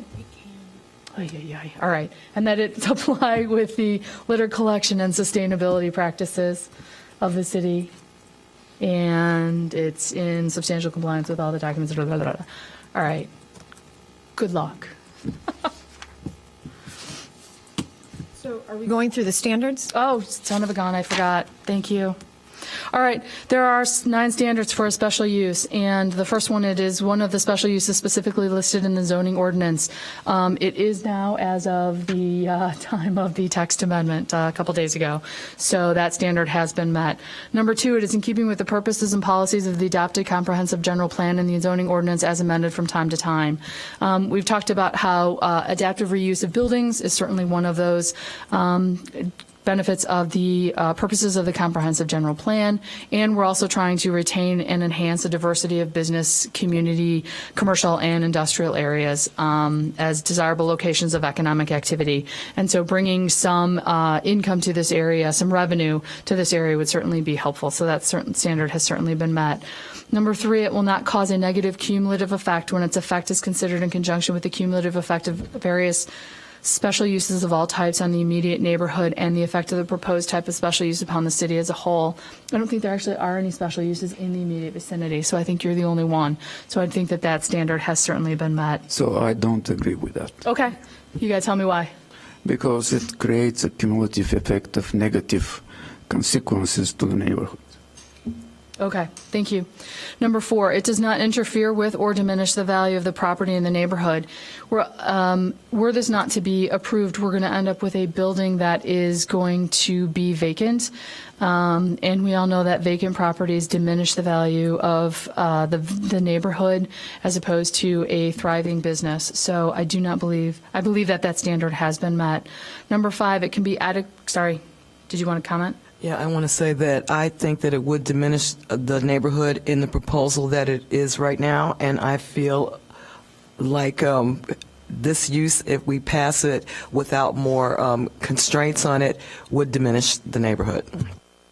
So Violetta, are you saying that with the conditions as Mary Beth has outlined, then that standard is met, or are you saying that that standard is not met given the conditions that Mary Beth outlined? I feel like even with the conditions that Mary Beth has outlined, those are things that we worked out here at this meeting. There are a lot of more questions that I feel like need to be answered, and so I feel like that standard has not been met, in my opinion. Thank you. Number 5, it can be adequately served by public facilities and services. It certainly is well located near several public transportation lines, as well as it is currently served by city services, so that standard has been met. Number 6, it does not cause undue traffic congestion. The possibility certainly exists, but I think that with the mitigation efforts we've taken specifically with the included valet, the free valet parking, I think that it will not necessarily cause any undue traffic congestion. So I disagree with that. I also will. disagree. And I also disagree. I think the proposal is made stronger, certainly by the free valet in lowering the parking threshold to 50, but I still don't believe that standard has been met. I feel like it has not been met because it really does not answer the question. Thank you. Number 7, it preserves significant historical and architectural resources. It is an adaptive reuse of one of the dwindling supply of bowstring truss buildings that are in Evanston, so I do believe that that standard has been met. Number 8, it preserves significant and natural and environmental features, which is not applicable. And number 9, it complies with all other applicable regulations of the district in which it is located and other applicable ordinances, except to the extent as such regulations have been modified through the plan development process or the grant of a variation. It has, so that standard has been met. So, given that. Okay. I will motion that in the case of ZBA 18ZMJV 0. We're motioning a recommendation to City Council. Correct. Great. That in that 0107, that we recommend City Council approve the special use as a banquet hall with the following conditions: that the hours of operation are weekdays 8 a.m. to 8 a.m. to 10 p.m. and on the weekends 8 a.m. to 12 a.m. That all deliveries and breakdowns take place from the front of the building and that the alley not be used for that purpose under any circumstance. That the events include either free valet or shuttle service, and that off-site parking for events over 50 be obtained and verified before booking the event. That acoustical soundproofing be provided in a capacity adequate to shield the neighbors from noise pollution. And that a review of the operations of the banquet facility take place at 6 months, with a report to be delivered at 1 year, provided that the 6-month review is acceptable. That no employees park on the premises for these events. That the business comply with the litter collection and sustainability plan that the city has published, and that the operation of the banquet hall be conducted in compliance with the documents that have been presented here. This is a recommendation. Hours of operation. Oh, she gave hours of operation. So there are 2 friendly amendments I'd like to make. One is that report be reviewed by the current ZBA chair at that time, and that the hours of operation are Sunday through Thursday is 8 a.m. to 10 p.m., and Friday and Saturday are 8 a.m. to 12 a.m. Okay. Do you accept my friendly amendments? I accept that, those amendments. Yes, I do. Thank you. Second. It's been moved and seconded. All those in favor say aye. Aye. Opposed? Nay. Nay. So that is 3-3.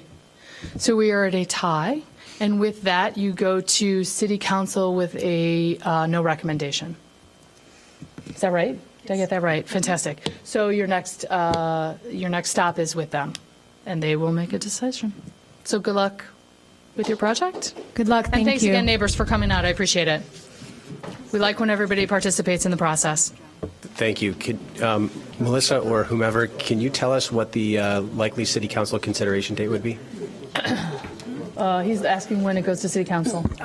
Likely March 11th, but I will communicate with you guys probably tomorrow about it. Okay, thank you. And unfortunately for the people who've been sitting here so long, we're moving on. So if you guys would mind leaving quietly, we'd appreciate that. So 821, 823 Chicago Avenue, you guys are here. Melissa, go ahead and read that into the record.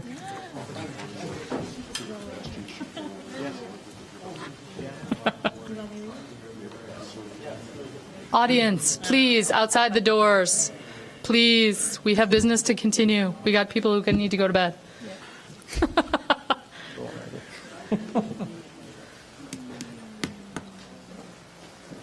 Me being one of them. Who's 19002? Oh, that's the last one. Okay. Sean Decker and Cesar Marone, lessees, apply for a special use to expand a craft alcohol production facility, Sketchbook Brewing Company, in the C1A Commercial Mixed Use District, Zoning Code Section 61033. The Zoning Board of Appeals makes a recommendation to City Council, the determining body for this case. Documents included as part of the record include special use application submitted January 18th, 2019, plat of survey, floor plans, existing special use ordinance 84015, letter of support, image of property, aerial view of property, zoning map of property, and Dapper draft meeting minutes excerpt of February 6th, 2019. Excellent. Were you guys both here? Did you get sworn in? Yep. Fantastic. Please tell me your name and your address and tell me about your project.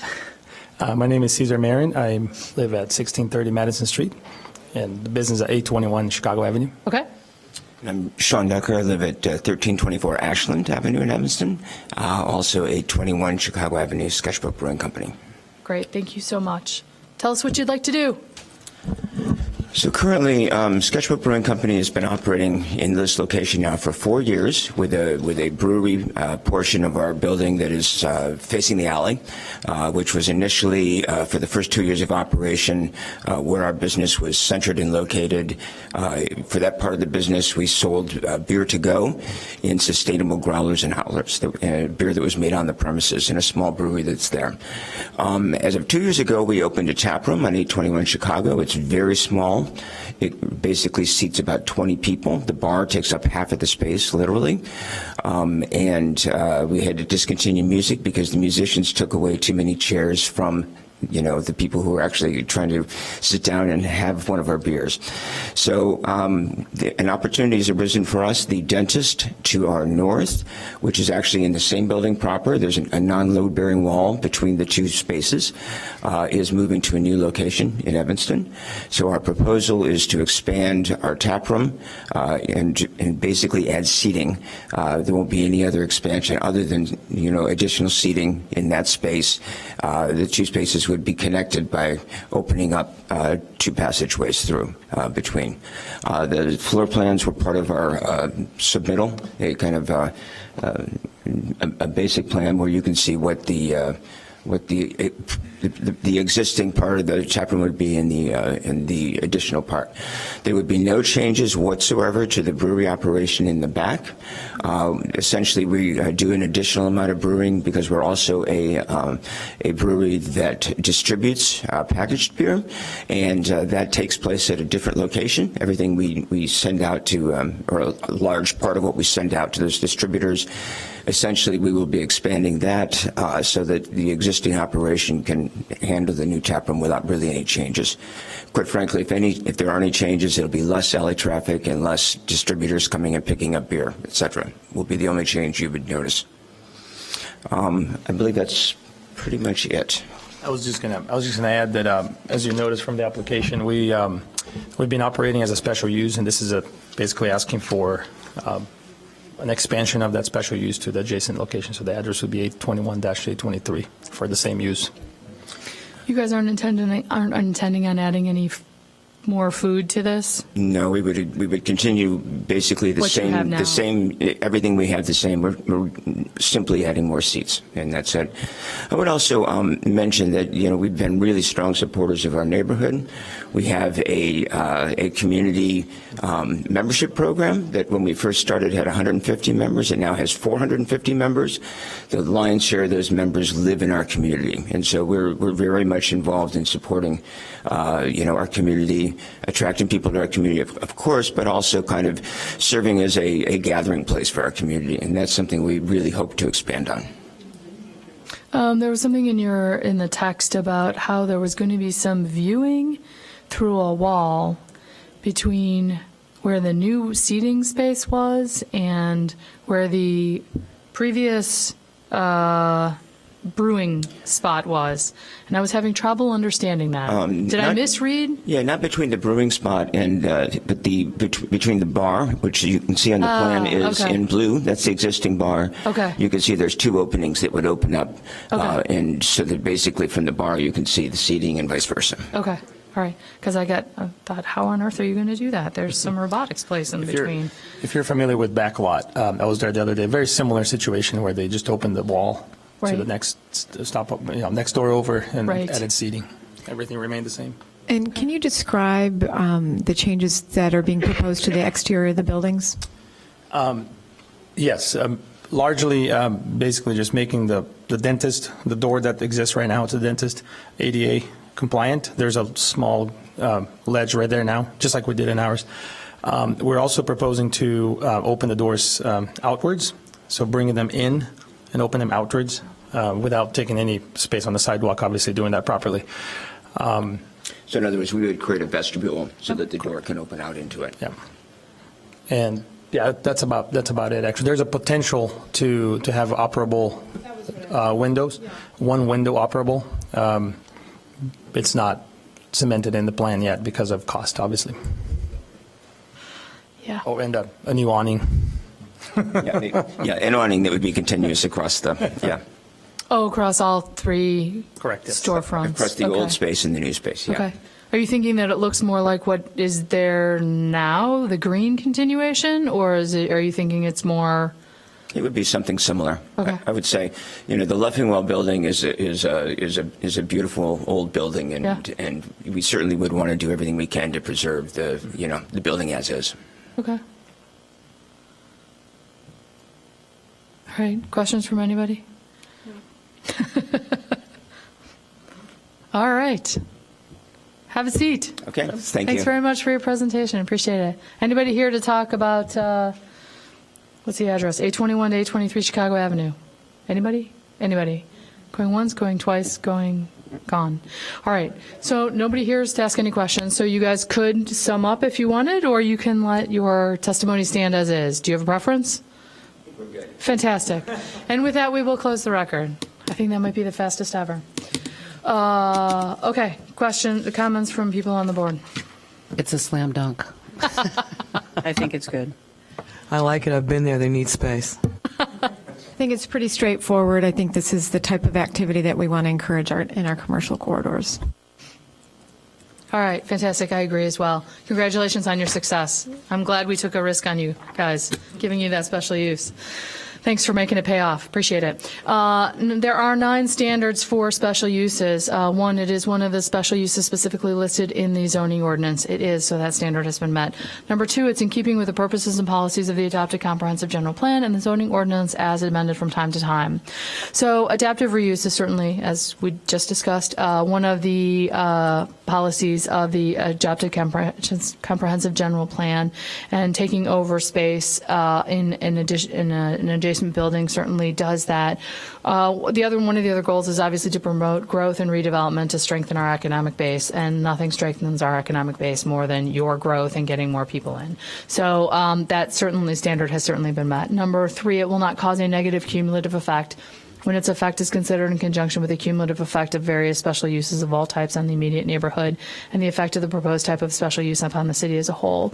As the staff report pointed out, there are a couple other special uses in the neighborhood, but I think their uses are diametrically opposed to the timeframes of your uses. And so I think that we're in a good balance in that corner of Evanston. So I think that standard has been met. Number 4, it does not interfere with or diminish the value of property in the neighborhood. In fact, it will obviously increase the value because we've now got a thriving local business taking over storefront space and enlivening that whole sidewalk area. So that is a good thing. So that standard has been met. It can be adequately served by public facilities and services. It already is now, and this extension of the space certainly can handle that as well. So that standard has been met. Number 6, it does not cause undue traffic congestion. although there certainly will be more patrons now that there will be more space for them, there has been testimony that a lot of the customers are within the neighborhood and within walking distance, but it is also well served by public transportation and bus routes. And there is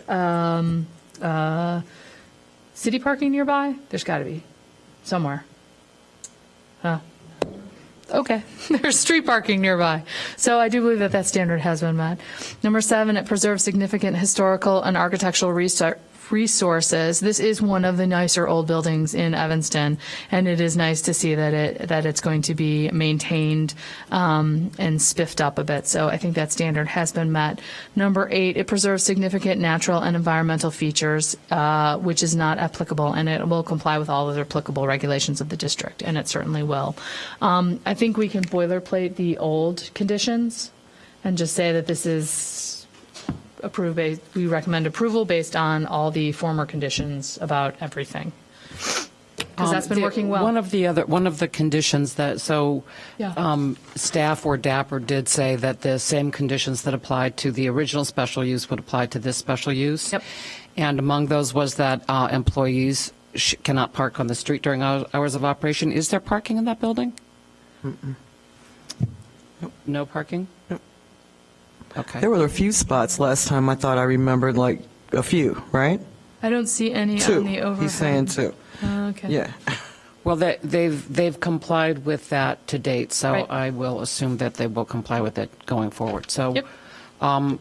I would move, therefore, in the case of 821 through 23 Chicago Avenue, ZBA 19 ZMJV 0006, that we recommend approval to City Council for this special use with the conditions that the hours of operations, do you want to go through them or just say No, the same? just say that they're the With the same as same the last. conditions as applied to your original special use. Second. It's been moved and seconded. All those in favor say aye. Aye. Opposed? And with a vote of 6-0, you go to City Council with a vote for recommendation for approval. Good luck with your project. All right, moving on. 1118 Harbor Terrace. We read that into the record, please. Stacy Christie, property owner, appeals the zoning administrator's decision to deny minor zoning relief, case number 18 ZMNV 0095, to construct a one-story addition with a 3.8-foot west interior side yard setback where 5 feet is required, zoning code section 6837, in the R2 single-family residential district. The Zoning Board of Appeals is the determining body for this case. Documents included as part of the record include appeal application submitted January 14th, 2019, supplemental appeal information from appellant submitted February 15th, 2019, minor variation application submitted November 7th, 2018, zoning analysis, plat of survey, site plans, image of rear yard and house, letters of support, minor variation public notice, minor variation final determination notice, images of property, aerial view of property, and zoning map of property. All right, so before we start with the applicant, or the appellant, sorry, we don't have very many of you, so I forget to change the name.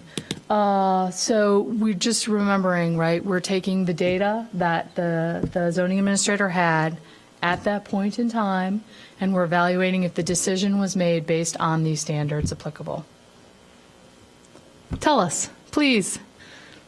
My name is John Cook, contractor who hopes to be doing this project.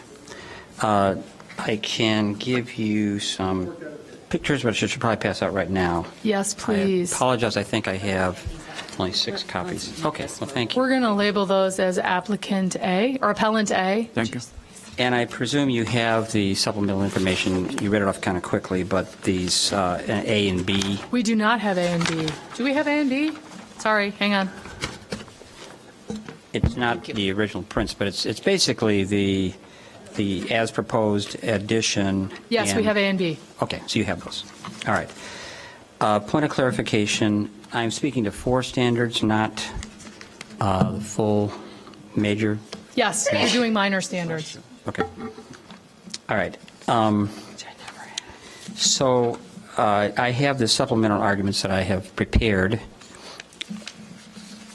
and the basis of the appeal is that the information that was available to the administrator at the time that decision was made was incomplete, and I'm bringing additional information which would have likely engendered a different result. So that's what I'm asking you to evaluate, is to sort of take a fresh look at this based on this new information I would present. Hold on for just a moment. Do we do that? I mean, so when we're looking at the appeal, right? The appeal is based upon the data that you were given at the time of the application. Correct. So Don't consider new data. You can, so it can be a two-part case. But it's two parts. It can be.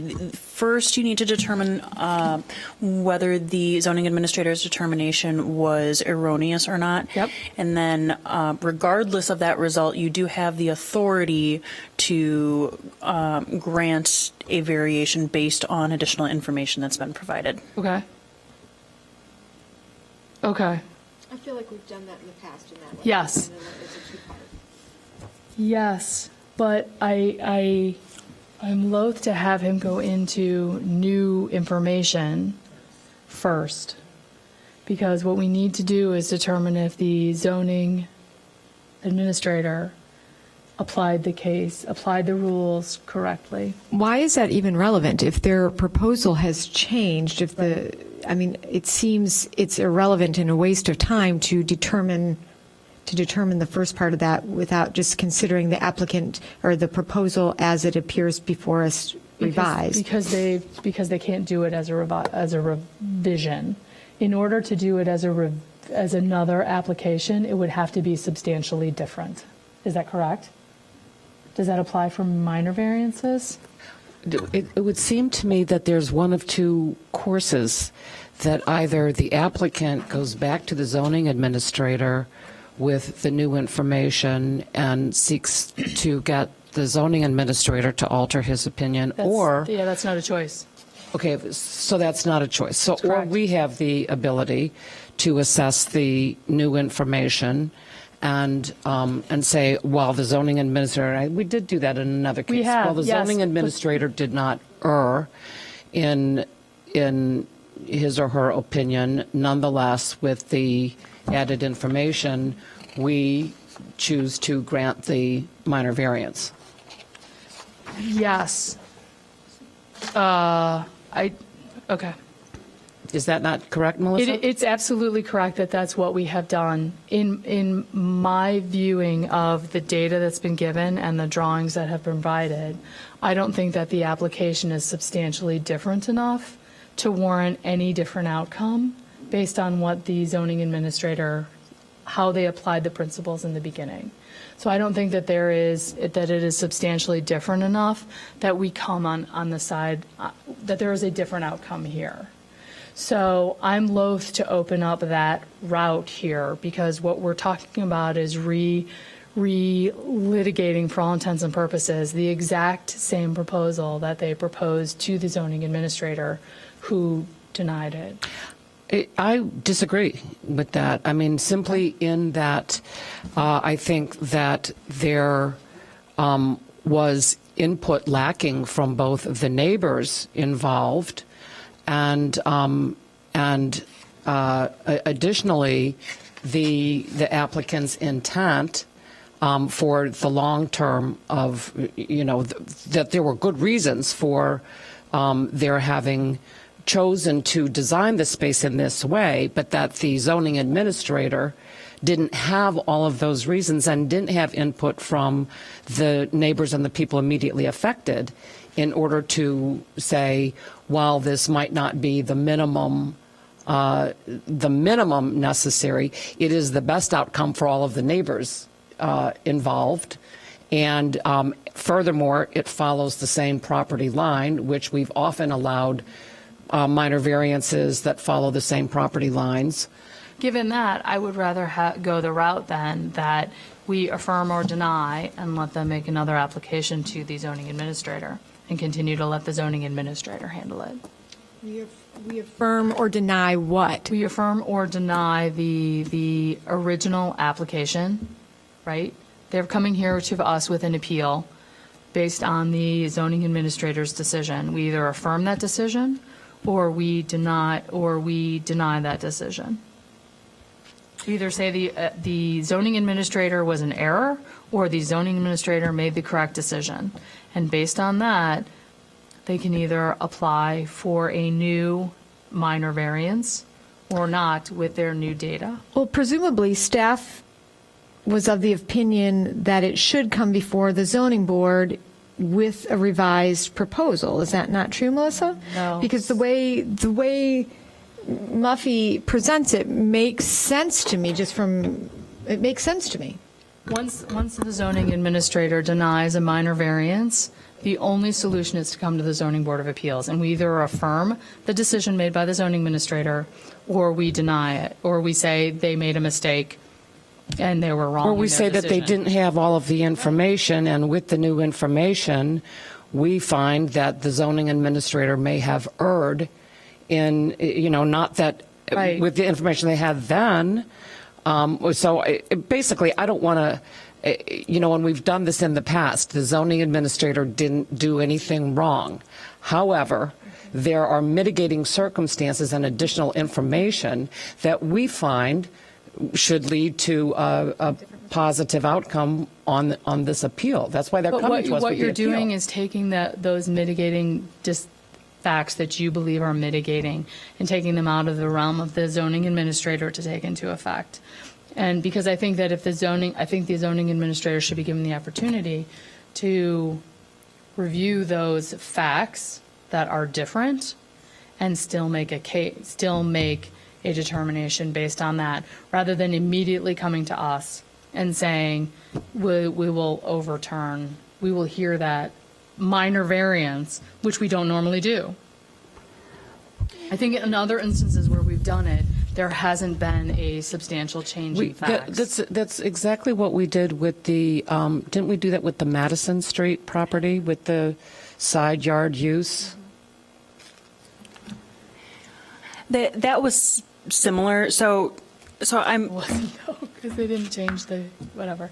So I'm going to say that this is something that the law department should weigh in on for clarity, but for the sake of expediency in this specific case, whichever way you wanted to go with that, if it was that instead they should reapply for a new minor variation with this additional information, I'll bypass that. I'll say that as the zoning administrator, the same determination would be found. They would then appeal it and be right back here. Okay. So for sake of this case, let's just continue forward, including the new information So that's, I'm willing that's available. I'm willing to go with that as long as you have just stipulated that as the zoning administrator, even with the new information, you would still deny this case. Yes. Okay. Thank you. So that being said, let us go through. It's painful. Let us go through the original case, because we have to affirm or deny it. They came here to appeal the decision of the zoning administrator.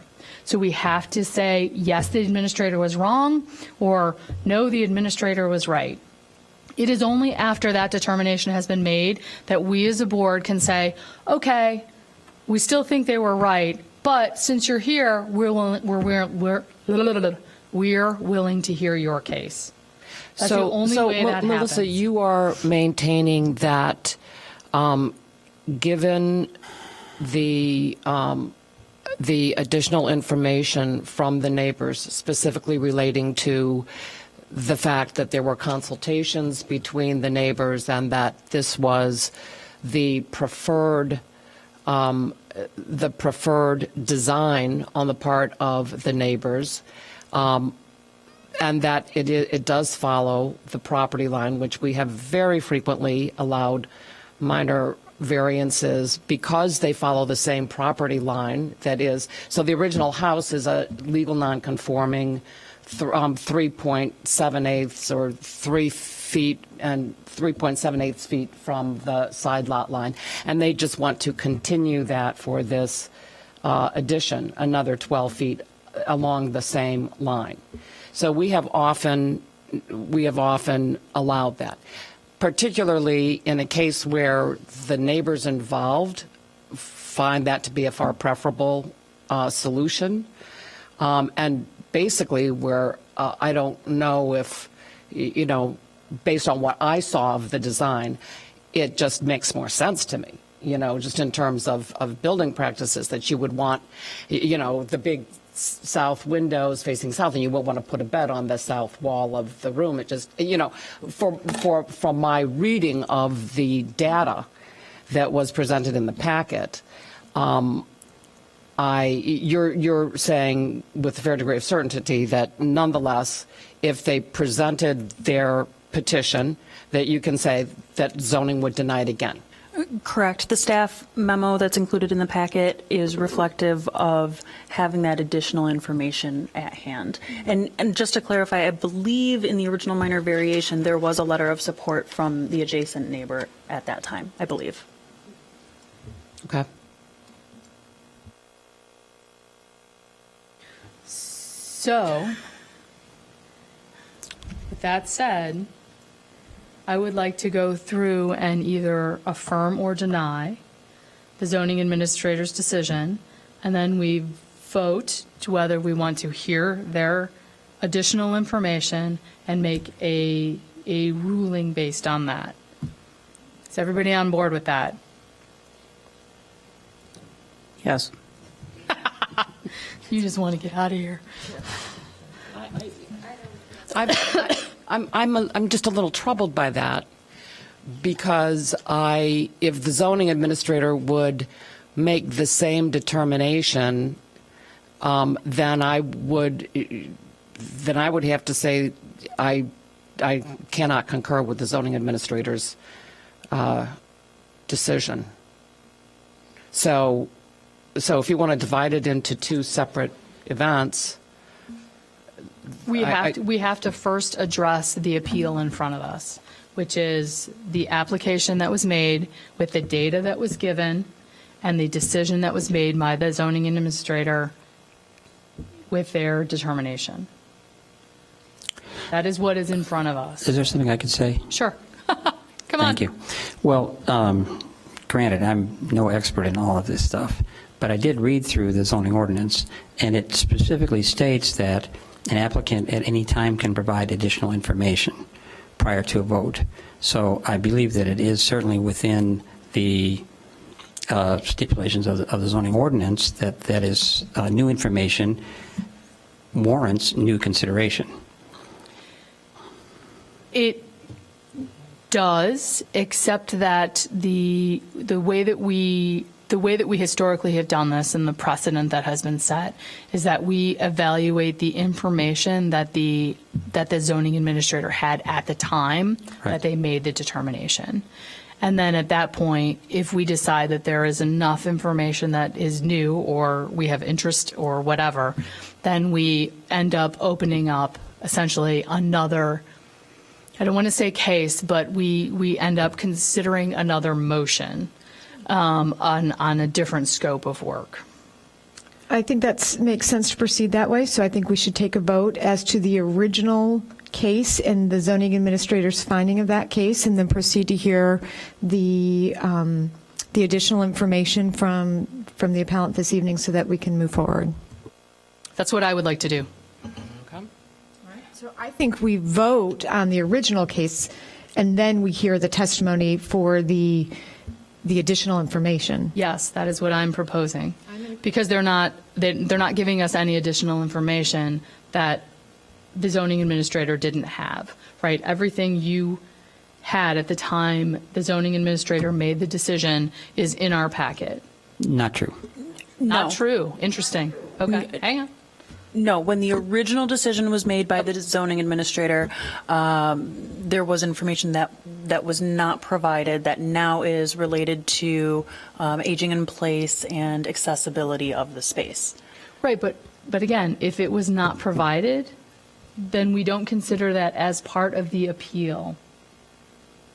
For the appeal motion, The you are appeal correct. motion. Yes. That's all we're talking about. We're talking about the appeal motion. So for this first motion, disregard that information. That's correct. So that being said, everyone who's on Team Harvard, everything that is in the application, as we see it, all of the documents and all of that on file is what you submitted to the zoning administrator at the time of the original application. Is that correct? No, that's not correct. Okay. Clarify for me, please. Well, you have the original application, Right? and that application stands as a separate document. So there is additional information that we prepared But there was for the additional appeal. information that was not available to the zoning administrator when they made that decision. Is that correct? That is correct. So that's information that is supplemental, and we will, if we choose to, if the board decides to, we will consider that after we vote on the appeal. Yes. Okay. So we are now in agreement that we have all the data that was given to all of the data that was given to the zoning administrator is part of the application, and we at the board have all read it. Is that correct? Yes. All right, fantastic. So, given that, and the 5 standards for minor variations that have been given, and the Mary Beth, before you, I'm sorry, just, can you make clear to the appellant and the team sort of that we are the way we are proceeding here, because I'm not sure it's entirely clear. Perhaps it is, but we are voting on the original zoning administrator's decision, and then we will be opening it to hear additional testimony that was not included in the original case. That is correct. Okay. That is how we have to do this. We have to vote on the appeal based on the data that the zoning administrator had at that time. So, and again, it's 9:15, so let's just get to it. We could drag this out longer, but can we all stipulate to having read through all the documents? Yes. We have understood and understand the arguments made by the zoning administrator for why the original appeal was denied. Yes. So, can I have a motion to affirm or deny what are we doing? To affirm or deny the original decision of the zoning administrator based on this case? I move that we deny the original decision of the zoning administrator in this case, because I think that although the applicant, the zoning administrator found that it was not the least variation that the builder could have undertaken, I personally believe that it was the least variation using best building practices that the applicant could have proposed. So I would move that we deny the zoning administrator's finding. So to clarify, you are motioning to approve the appeal. Yes. Correct. That's correct. To vacate your decision.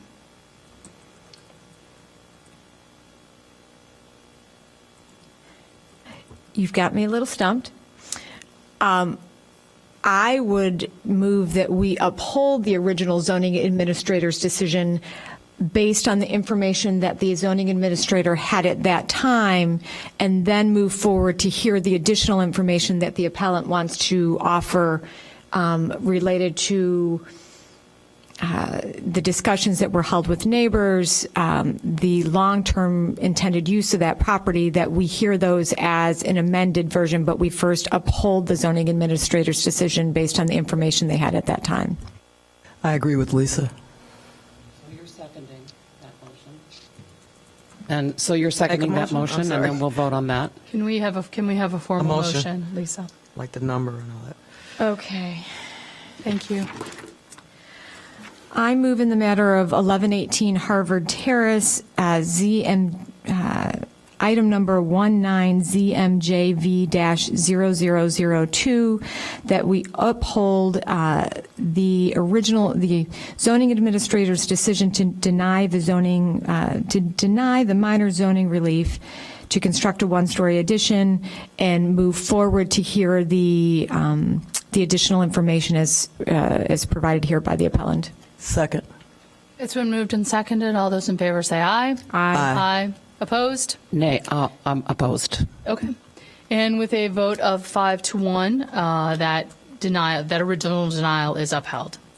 So with that, we will now move into the second phase of this conversation, which will be much clearer and less about rules and regulations, where we will hear the new data, the new information that was not available to the zoning administrator at that time.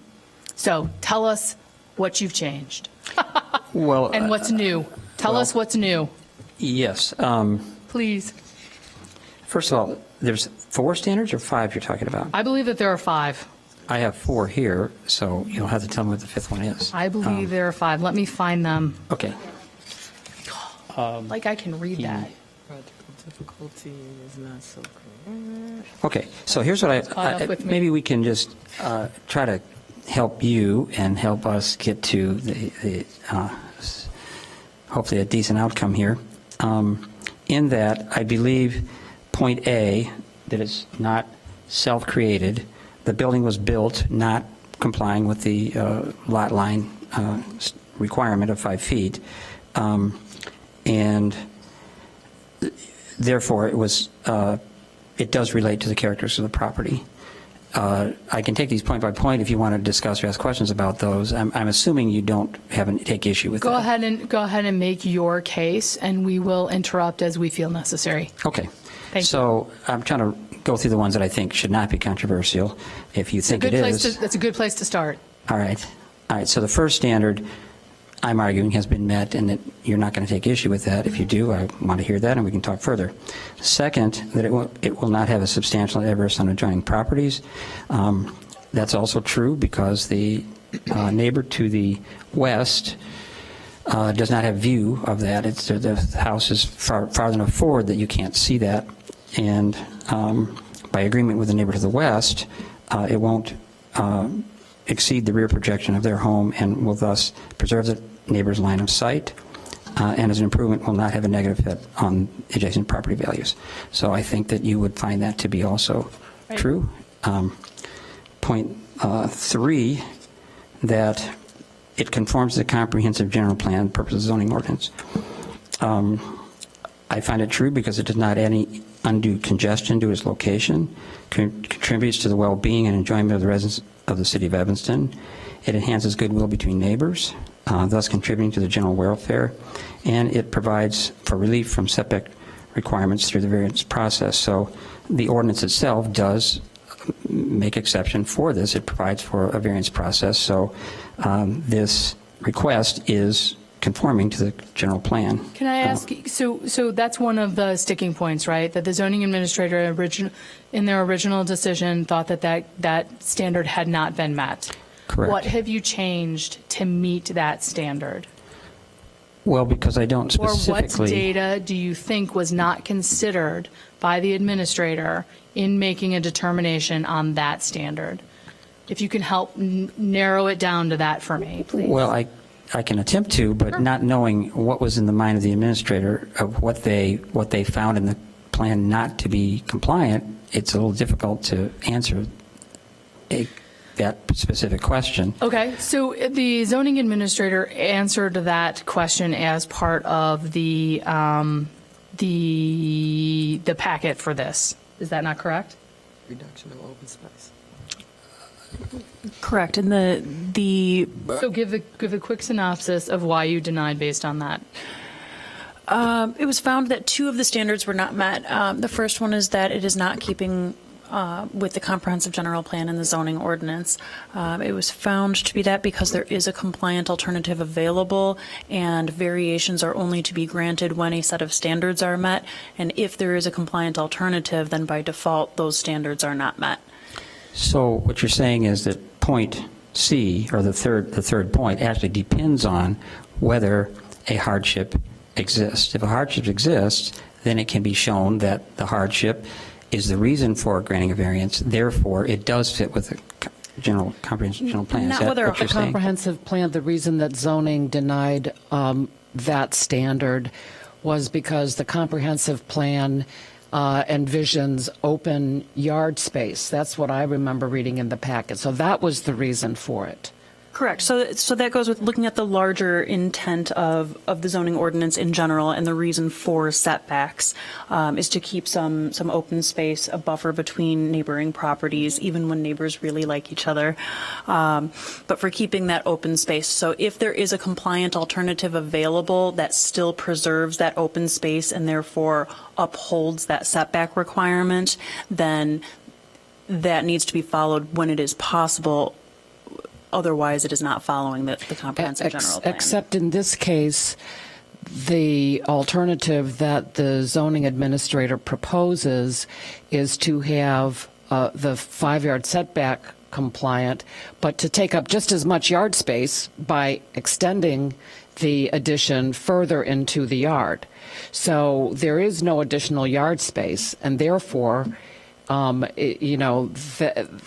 was a faulty conclusion, that it was not in keeping with the comprehensive plan that envisions yard space, because this is the same amount of yard space that will be available. If you were talking about the net total of the yard space, then yes. Right. If you were talking about a specific buffer between properties, then no. Okay, but given that the rest of the house is already legally non-conforming, haven't we very frequently found that additions that follow the same property line, we grant minor variances on that frequently?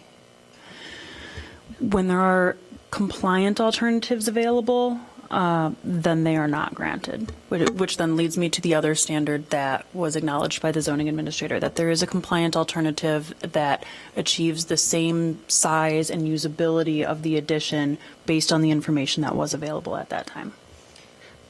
And the information that was not available at that time was the ADA accessibility issues and the general consensus among the neighbors as to what would be the better alternative. Information from the neighbor was available at the time of the original decision. So the new information is related to the ADA accessibility and aging in place. Can you speak to that point directly? The accessibility and aging in place? Yes, please. I can sure do that. And that's where I was referring to this document here. I have an A and a B. Yep. The A is what was proposed by us, and at the time we made the application, we were not that far along in our conversation with the owner, Stacy Christie. In subsequent conversation, we realized that one of her goals is to provide the ability to age in place, and so we began looking at that and what the impact would be if the variance was not granted. So you can see there that we've depicted the bathroom can be set up with a barrier-free shower, even though it does not provide a 5-foot turning circle, which would be required for a fully compliant bathroom.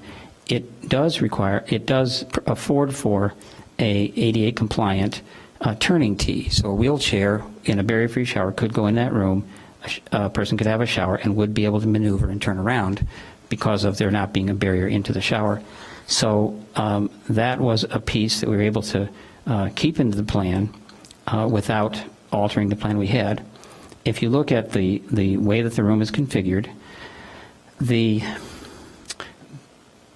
two, you'd have to see the elevation to confirm this, but the two windows either side of the bed are high windows. They're awning windows. That's the face that faces the neighbor. So the reason for those windows is obviously to provide a certain amount of privacy while providing light and ventilation on that wall. That defines where the bed would go. To the south, you have 3 windows that face the backyard, giving the owner a good view of her yard. On the east, there's one window that's situated somewhat to the south of that room, because adjacent to that are kitchen windows, which would be overlooking this addition. So you don't want to be staring into the bedroom from your kitchen. So that's a perfectly reasonable, from an architectural standpoint, and logical way that you would set the room up. So if you go back to B that I have depicted, what you see is that this 5-foot turning circle gets crowded out by truncating the size of that room. It could be achieved if you have no furniture on the east wall, but it begins to sort of defeat the purpose of what the room is there in the first place for. So that, in my argument, it is that is the hardship that's created by not affording the setback. This information was not available to the original administrator. I'm making it available now, and that's sort of the crux of the point. The crux of the question is, at what point does an inconvenience turn into a true hardship? I think I'd like to just interject for just a minute, because one of the standards for a minor variance is not a hardship. I understand that. So the standard for the hardship is really that it requires the least deviation from the plan necessary. Well, let me give you a hypothetical. Sure. You are used to hearing a major variance, and there are 7+ standards to meet. And in that iteration, one of the things that has to be met is that it is a hardship as opposed to a mere inconvenience. Yes. That standard is not required in the case of a minor variance application. So there is a piece here that's missing, in that if the administrator has to look at an application as presented and has to decide that there's an alternative, the question of the degree to which the original application is in fact an inconvenience or hardship doesn't come into the factoring for them. So what's ironic about that is that I'm talking to the entire Board of Appeals, who does take these things into consideration in terms of major variance. So I think the point I'm trying to make here is that it should be taken into consideration. But you also, just to counterpoint, you also know that hardship, right, is generally based upon not the user of the building, but on the property. So when we consider hardship, it's like there's a 40-inch diameter oak tree right next to it, and we can't move this over because we're going to kill that tree. I do understand. Or there's something else here that's a mitigating circumstance. I do And so understand we that. try not to have these hardships be specific to the owner of the property. Well, I understand what you say. Okay. I think to perhaps put that in a little different context, there is a hardship in that to make this room work so there's room for that 5-foot turning circle, as I show in picture A, which is the requested plan with the walls aligning. In order to make that work, you could easily just move the other wall to the east. That cannot be done because the kitchen windows prevent that. So it's a hardship that is peculiar to this property that makes that room not work. The other piece I would point out is that the available bedroom, which is at the top of that plan, is in fact larger than what's being proposed. So my argument would be this is the minimum thing that we can propose that will satisfy this need. So on the one hand, how could it be that you would say that you would not consider the goal of aging in place simply because another owner might not consider that to be important? There's some piece of that doesn't ring true to me as how you would approach that. I don't think that, if I'm understanding the question and what you're asking, I don't think that we as a board are saying that we would not consider the aging in place element. That is the additional information that we're trying to understand. However, I'm looking at that through the lens of one of our standards for a minor variation, which is whether it requires the least deviation from the applicable regulation, not as to whether it's a hardship, but whether it satisfies the standard that we need to consider here, which is the least deviation. So that is the lens that I'm looking at that information through. Well, I understand that, but the denial, I think part of what you're saying is that if this were a major variance, you would look at it completely differently. Because the question of hardship would come into play. Is that what you're saying? But yes, but that hardship would be specific to the lot, not the owner. So when we talk about hardship, it's whether it's an undersized lot, or it's a pie-shaped lot, or it's a dogleg lot, or the garage got built 3 feet from the existing house. It's those sorts of things that you can't change. That are those hardships that keep it from being in that realm. I think that we might be getting off track just a little bit. I'd like to refocus the discussion on the new information so that we as a board then can consider that new information as it relates to our variances, that we need to consider the minor variances again. So if I think that you've discussed sort of the new information as it relates to the proposed room dimensions for aging in place, correct? Okay. Okay. So just for the record, I have been given, we are going to call this appellant B. And this is a letter to one of the people in zoning, Michael Griffith, from Sue Johnson, who seems to be a design creative director at what firm? What are their credentials? So would you mind coming up? Sure. I believe you have that in your packet. You should have that. Oh, as part of this? It's the new packet. It's not the old packet. But in your original statement, you said you had a letter from the neighbor, and that would, I think that's my letter, and it shouldn't have been there because it didn't exist then.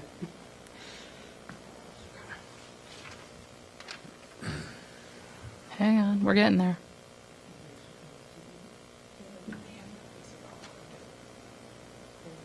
So I am not seeing this letter dated January 3rd, 2019. I emailed it to... In our packet. Yeah. Melissa, have you seen?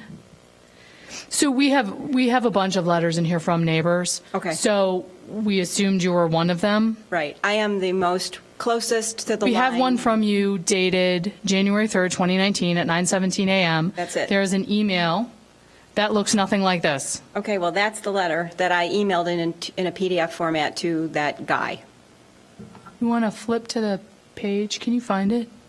There was also just an email, but there was a Hang PDF on. file attached to the Hang on. email. No, I'm looking, and it looks like the email made it in, the letter did not. I apologize, that is my fault, that it did not Okay. make it in the packet. So this would be new information now then, and I think it's pretty pertinent. Okay. So, You hold want on me a to just second. do this in a nutshell? I can do it really fast versus That would be reading it. delightful. Okay, so I am the most west neighbor. My name is Susan Johnson.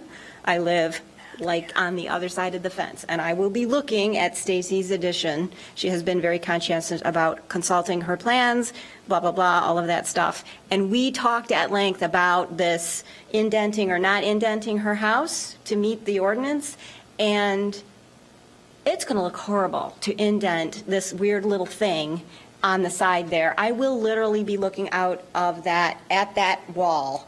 I passed those pictures out in the beginning, out of my 4 eastern-facing windows. And so I'm going to have a funky roof line. It's going to block a bunch of my light. If it extends past my building in order to more into the yard, to accommodate the ordinance, I will have less light from the east. It's going to make my space, which is fabulous right now, really dark. What Stacy is proposing to do is leave my last east-facing window open, so I will still have fabulous light in my house, and we will not have funky, weird roof lines and all kinds of monkey business going on.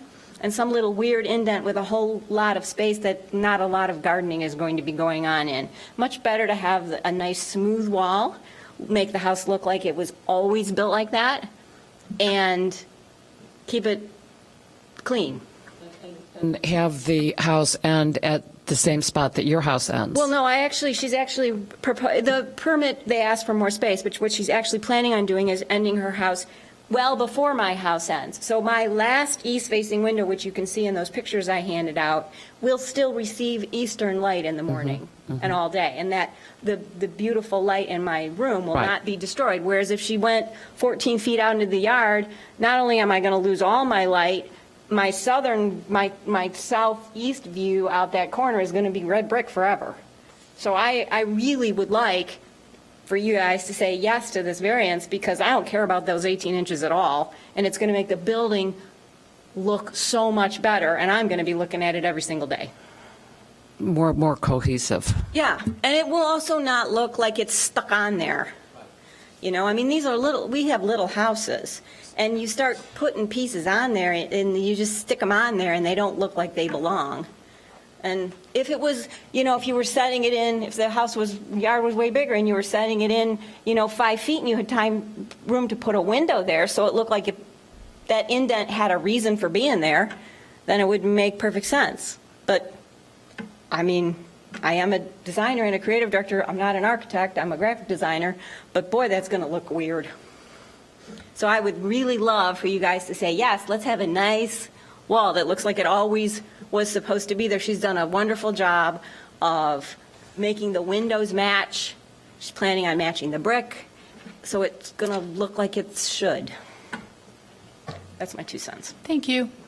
Appreciate that. Is there anybody else who'd like to say anything? Anybody else? Come on up. We want to hear what you have to say. Hi, I'm Michael Locke. I'm at 1022 Harbor Terrace, same side of the street. Okay. Same room addition, same variance. Mine was approved. Can you tell me what year that was? 2003, maybe, 2004. Right. Okay. Has it changed since then? Different boards. Okay. Different boards, different zoning administrators. I had different- to ask people Yep. from all the way down to the building Yeah. in the corner of Ridge, and Yeah. nobody could even see the 15 or 18 inches or whatever it was. It didn't make any sense. I would have had more dirt there, and then there would have been a fence. So there, that space would not have been useful to anybody. So when I asked for a variance, it seemed like it was pretty cut and dry. Right. And I have a continuation of my house, same brick, same roof line. It looks really nice. That's pretty much all I really have to say. If you Thank want you. to see it, I can show it to you. Nope. Okay. Thank you for coming out. I appreciate it.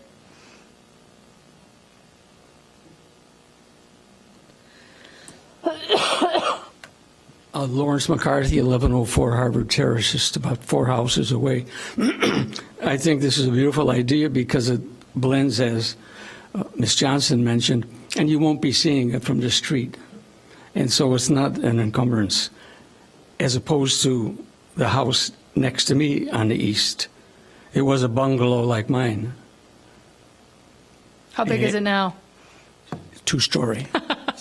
I knew And that was coming. The owner who sold it didn't know the person would do this.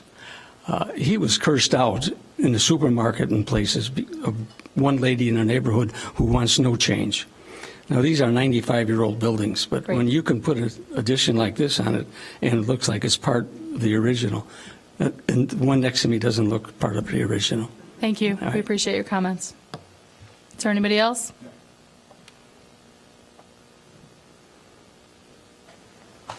I'm Donald Soul. I live at 1114 Harvard Terrace, so I'm on the other side of Stacy's house. And I hadn't thought about what I'm going to say until I was looking at Plan B. So for a future owner of this home, with Plan B, they'll have a smaller yard in terms of useful space for children in the back than if they went with Plan A. And with Plan B, I see more of her addition than I would with Plan A. So I would just like to see as little of it as possible. Thank you. And if we think about his plan to have a 5-foot turning circle in that room, he didn't say, but I don't know how much longer it has to get in order to have that circle be in place with Plan B. So then it's really sticking out in the yard. Thank you for your Yeah, comments. you're I welcome. appreciate it. Is there anybody else? Because I just want to sum up briefly, right, which is the two new pieces of information. It seems that there's one piece of information, which is the aging in place and the 5-foot radius for ADA. And the applicant currently now is not.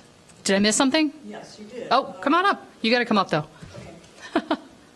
And you got to tell me your name. Stacy Christie. I live at Yeah. 1118 Harvard Terrace. Yep. And as you can see, I have the best neighbors in the world.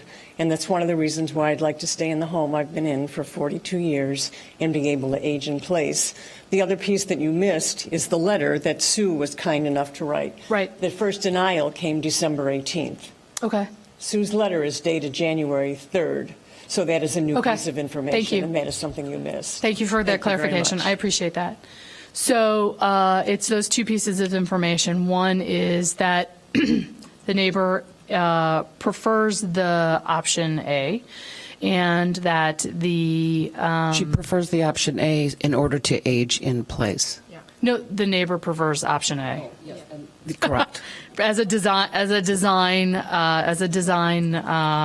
option, the neighbor prefers option A, and that the owner prefers option A as a means of aging in place, predicated upon a 5-foot turning radius. Now, I don't want to belabor the point, so I'm just going to make that the zoning administrator's current comments based on the same application, right, the same option A, knowing this new data is, you're not getting out of this. Is the same determination. And I would like to clarify for the appellant and for the board that prior to any application for anything, I did have a conversation with the appellant where we discussed the theoretical addition. There were no plans at that time, and where I did indicate that it sounded to me like it would be an appropriate variation to request because you cannot go beyond where the kitchen windows are. So the appellant was advised of that at that time. Now, once plans were received and staff found a compliant alternative that still gets that same size addition, that's when things kind of became a little more unclear to the appellant on why there was kind of a switch in that. It's because the original discussion was more theoretical and not with this is the plan I am proposing. Do you see any issues with that? So I do apologize that it seemed a little unclear with that. And then you also got stuck right in the middle of a switch in the zoning administrator. So I know it's been a very odd situation for you. So again, bear with us as we finish up and see what the conclusion comes to. Okay. Is the record closed so that we as a board can discuss? I was just about to. I was going to give you guys one last opportunity to sum up, right? Sure. 3 minutes or less would be ideal. But yeah, give us a summary, and then we will go ahead and close the record. Okay, so I think the way that I want to sum this up is we have a curious situation where we have a homeowner who has sort of voluntarily agreed to limit the amount of variance along her eastern side. The Plan A is a less exposure, is less variance granted than what Plan B would be in terms of its actual effect, in terms of light and vent and visibility to neighbors, those things that are important and are part of the comprehensive plan.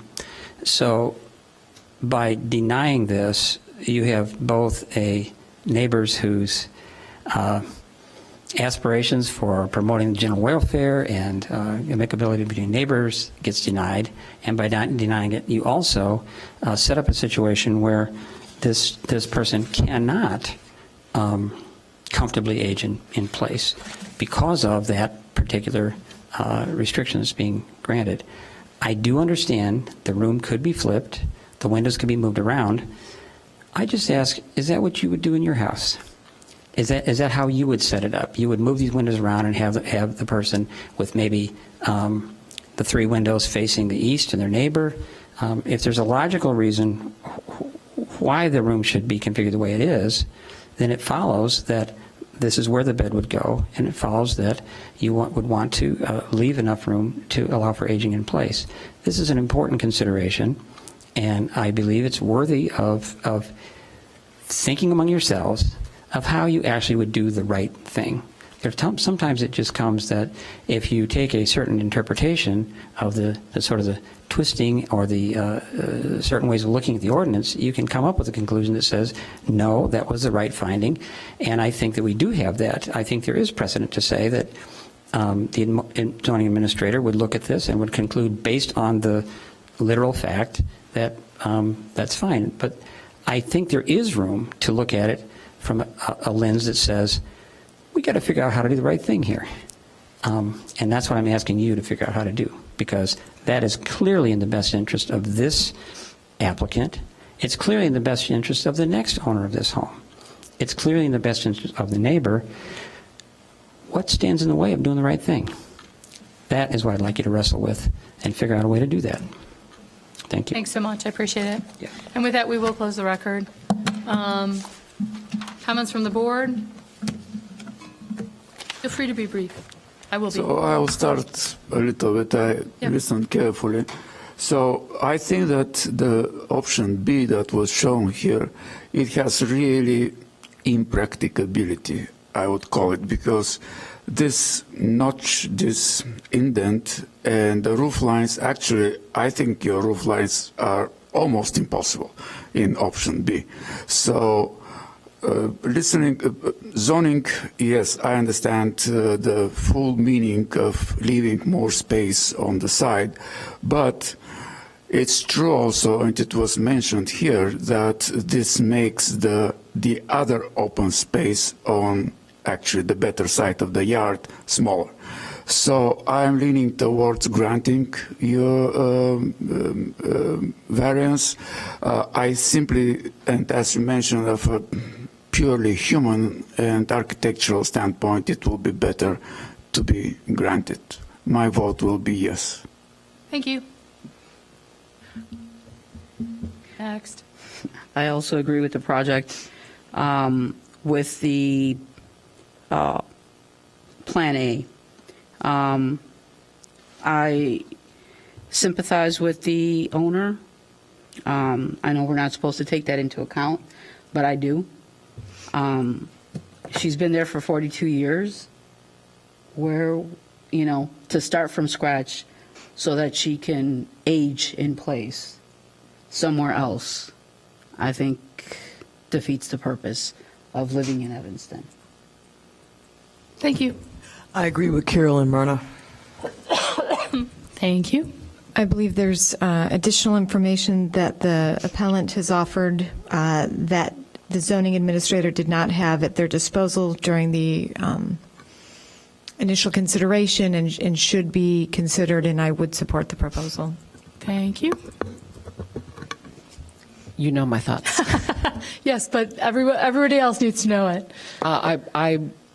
Once again, I think that adhering to the strictest interpretations of the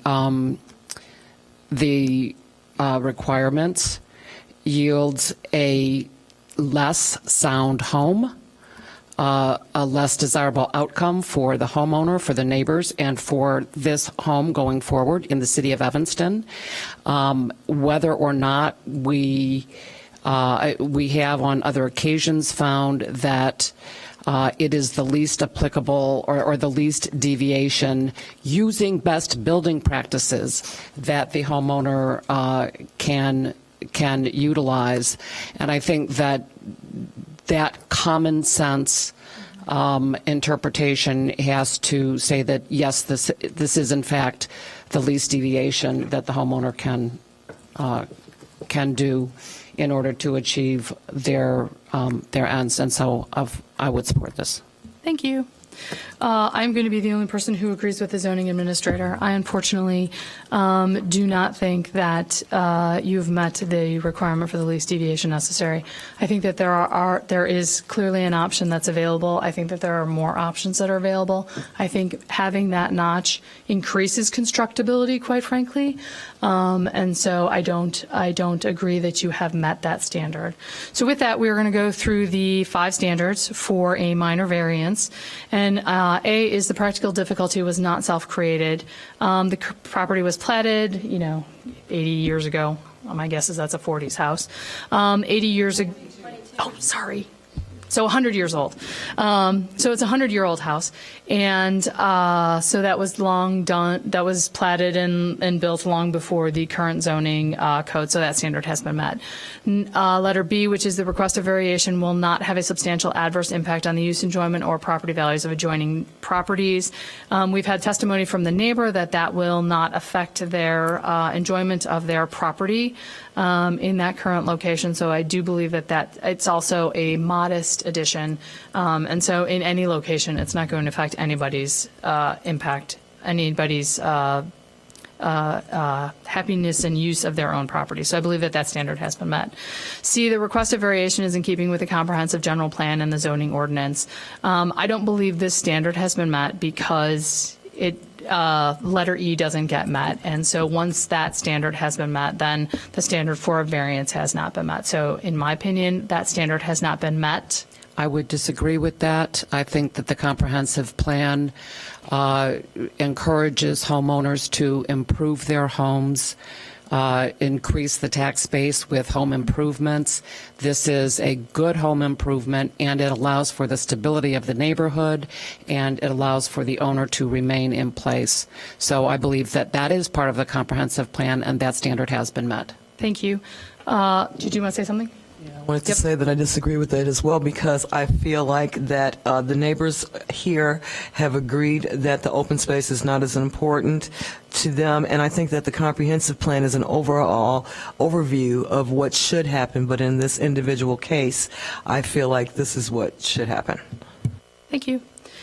D, the request of variation is consistent with the preservation policy set forth in the comprehensive general plan, which is not applicable. And E, the request of variation requires the least deviation from the applicable regulation among the feasible options identified before the zoning administrator. Again, my position is that there are options that that require no zoning variance from us at all. And I do think that those options are available too. So I do not think that standard has been met. I disagree.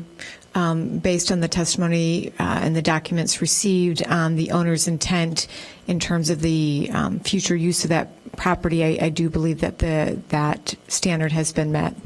Thank you.